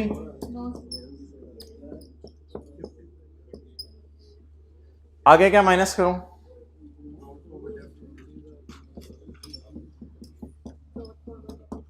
जी पुरानी डेप्रिसिएशन बोलें, पुरानी डेप्रिसिएशन बोलें जी, कर दो माइनस,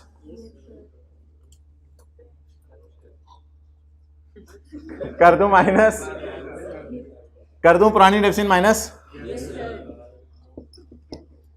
कर दूं, कर दूं माइनस, एक्सेलेंट। ये ले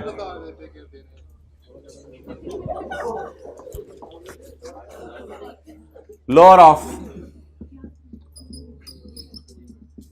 लिखें ग्रेटर देन 10 मिलियन।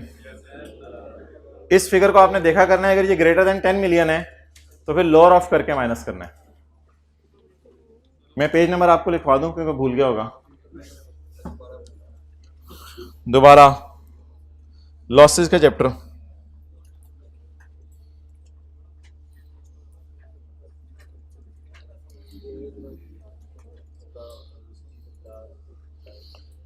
रशीद आज तू मेरे साथ बैठा हुआ है, कुछ ऐसा कर दिखा कि सर हम दोनों को ना इनाम दें।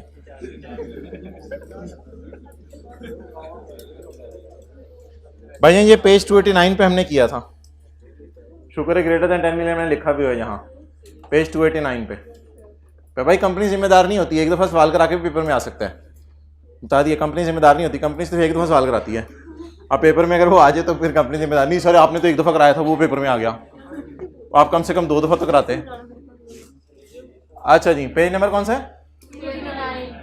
लिखें ये फिगर ग्रेटर देन 10 मिलियन है, यहाँ पे मैं लिख रहा हूँ ग्रेटर देन, नजर आ रहा? Greater than 10 million, lower of, पुरानी डेफिनेशन बोले 568,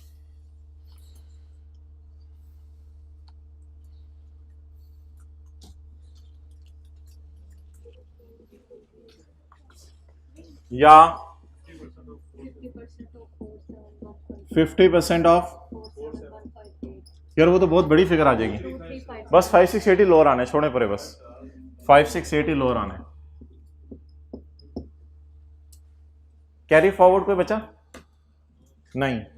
ये अमीर बंदा है जिसको लॉस आया या गरीब बंदा है? अमीर बंदा है। ग्रेटर देन 10 मिलियन, इसकी ये वाली फिगर देखा करनी है, ये माइनस करने के बाद ये वाली फिगर अगर ग्रेटर देन 10 मिलियन है। अब बता दें कितना माइनस करने को दिल चाह रहा था, किया भी कितना? कोई कैरी फॉरवर्ड नहीं, अगर होता तो कैरी फॉरवर्ड भी होता। 590 लेस करंट ईयर के डेप्रिसिएशन जी,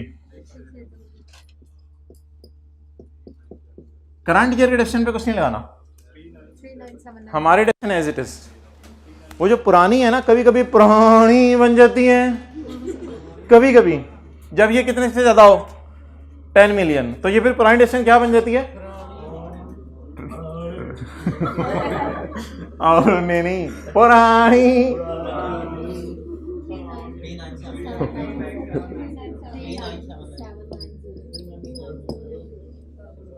स्टिल शहजादे का 39 मिलियन का प्रॉफिट आया।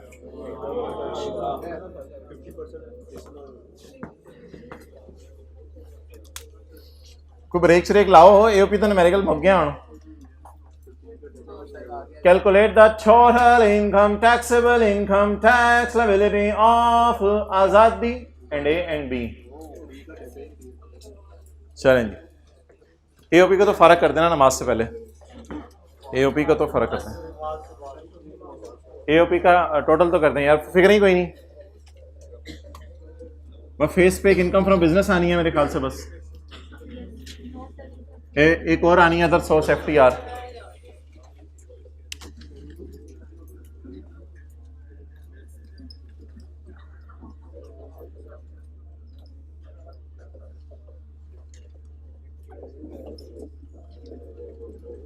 अब आप रजिस्टर का पहला सफ़ा निकालें जो आपने छोड़ा हुआ था आज़ादी एंड कंपनी के लिए, और दूसरा सफ़ा आपने पार्टनर ए और बी के लिए छोड़ा हुआ था, फिर वो निकाल लीजिएगा।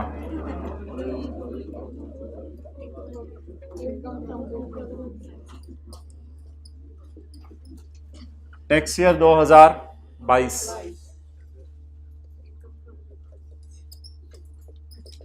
पेपर में पूरा लिखना है इनकम फ्रॉम बिजनेस।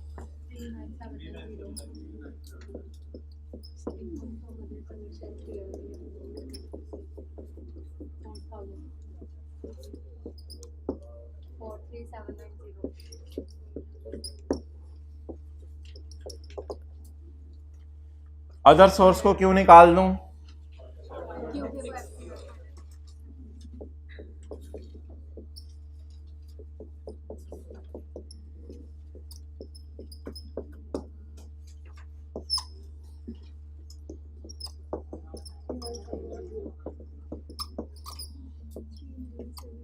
आज आके आपको शायद ये जेबा नहीं देती बातें, मैं ये कर लेने नहीं। आज आके खोती बोर्ड थले आप बोल रहे, तो वही 39790 इधर आ गया। अच्छा, आप बता दें टैक्स। अच्छा, कुछ चीज़ें होती हैं जो आप सीखते हैं क्लास में, घर में अप्लाई नहीं करनी होती। यानी घर में किसी ने बताया लाइट गई हुई, आपने बड़ी बात बताई, तो ये अब कोई अकल नाम की चीज़ भी होती है कोई, ठीक है, ये क्लास में सीखी थी, कुछ आज दी गल नहीं सीखी है ऐसे। अच्छा जी, अब आप जाएं टेबल 1 पे, क्योंकि एओपी पे टेबल 1 लगता है, ये भी आज सुन लें, जाते जाते सुन लें। इट इज अगेन एडवाइज्ड कि एओपी के ऊपर टेबल 1 लगता है। टेबल 1 जी चैप्टर 4 में है वो, 13157।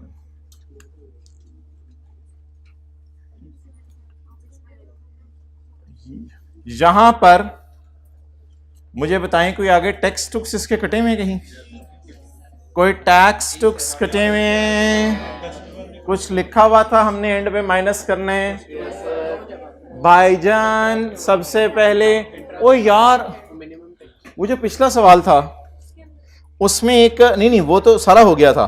पिछले सवाल में आपने एक चीज नहीं मुझे लिखवाई थी कि जो टैक्स क्रेडिट है चैरिटी वाला, वो पिछले सवाल में था ना, टैक्स क्रेडिट चैरिटी वाला, तो वो आप लोगों ने टैक्स क्रेडिट चैरिटी लिख के डैश डाला था। कितने लोगों ने मेरे कहे बगैर टैक्स क्रेडिट चैरिटी लिख के डैश डाल दिया था? तो लिख लें ये ढूंढें अप्रूव्ड पेंशन फंड वाला। फिगर्स में आपको बताता हूं, पिछले सवाल की फिगर ढूंढें। पिछला सवाल मुझे निकाल के दो जहां पे सॉल्यूशन, पिछले सवाल में टैक्स क्रेडिट ढूंढें। टैक्स क्रेडिट तूने कहां दिया हुआ है? पिछले सवाल में टैक्स क्रेडिट था ही नहीं। चलो ठीक है, दो फिर मैं बताता हूं। पिछले सवाल में टैक्स ढूंढें, 3380 मिल गया, 3380 और 4 मिल गया। 3380 और 4 के दरमियान लाइन डालें, 3380 और 4 के दरमियान लाइन डालें, less tax credit on charity, less tax credit on charity, tax credit on charity, और डैश डाल दें ब्रैकेट में पेड इन कैश,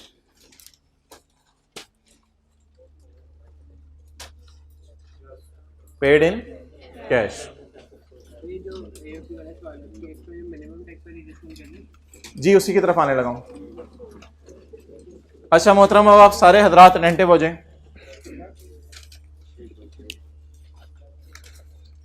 सवालों में ना अक्सर लिखा होता है कि आपने मिनिमम टैक्स इग्नोर करना है। सवालों में अक्सर लिखा होता है आपने मिनिमम टैक्स क्या करना है, इग्नोर करना है। लेकिन जब कभी ये ना लिखा हो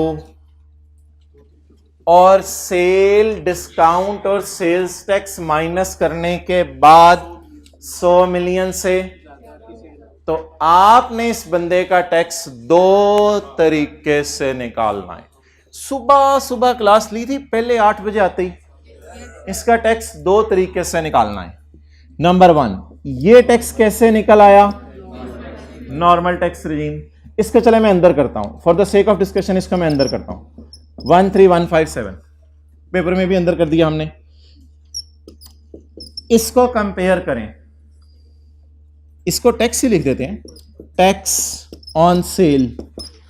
पहले मैंने किस पे टैक्स निकाले, नॉर्मल तरीके से।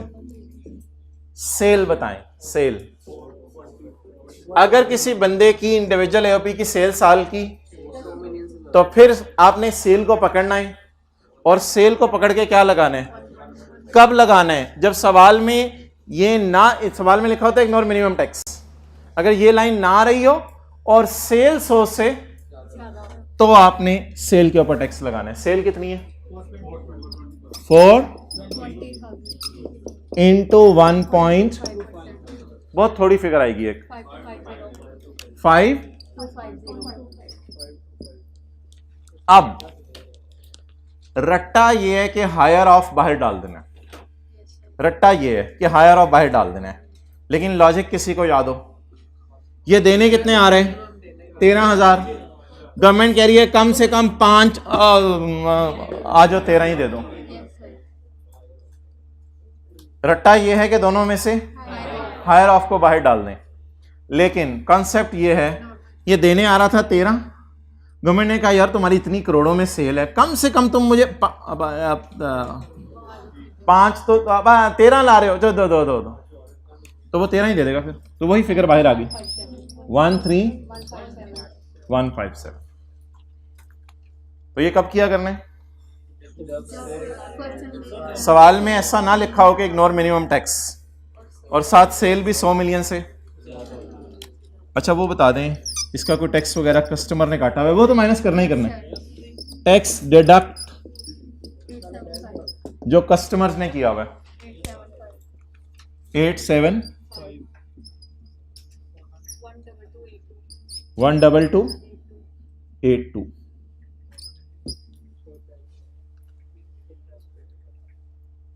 अच्छा इसको अभी क्लोज ना करें। अच्छा इंटरेस्ट का फिर पहले कर लो ना, इंटरेस्ट का पहले कर लो, न्यूमेरिकल के फॉर्मेट पे आए। आप ऐसा करें, ब्रेक लगा दो, अगला पार्ट बाद में शुरू करते हैं, जरा फ्रेश के साथ इन चीज़ों को ऊपर लिख के शुरू करते हैं ताकि दूर नजर भी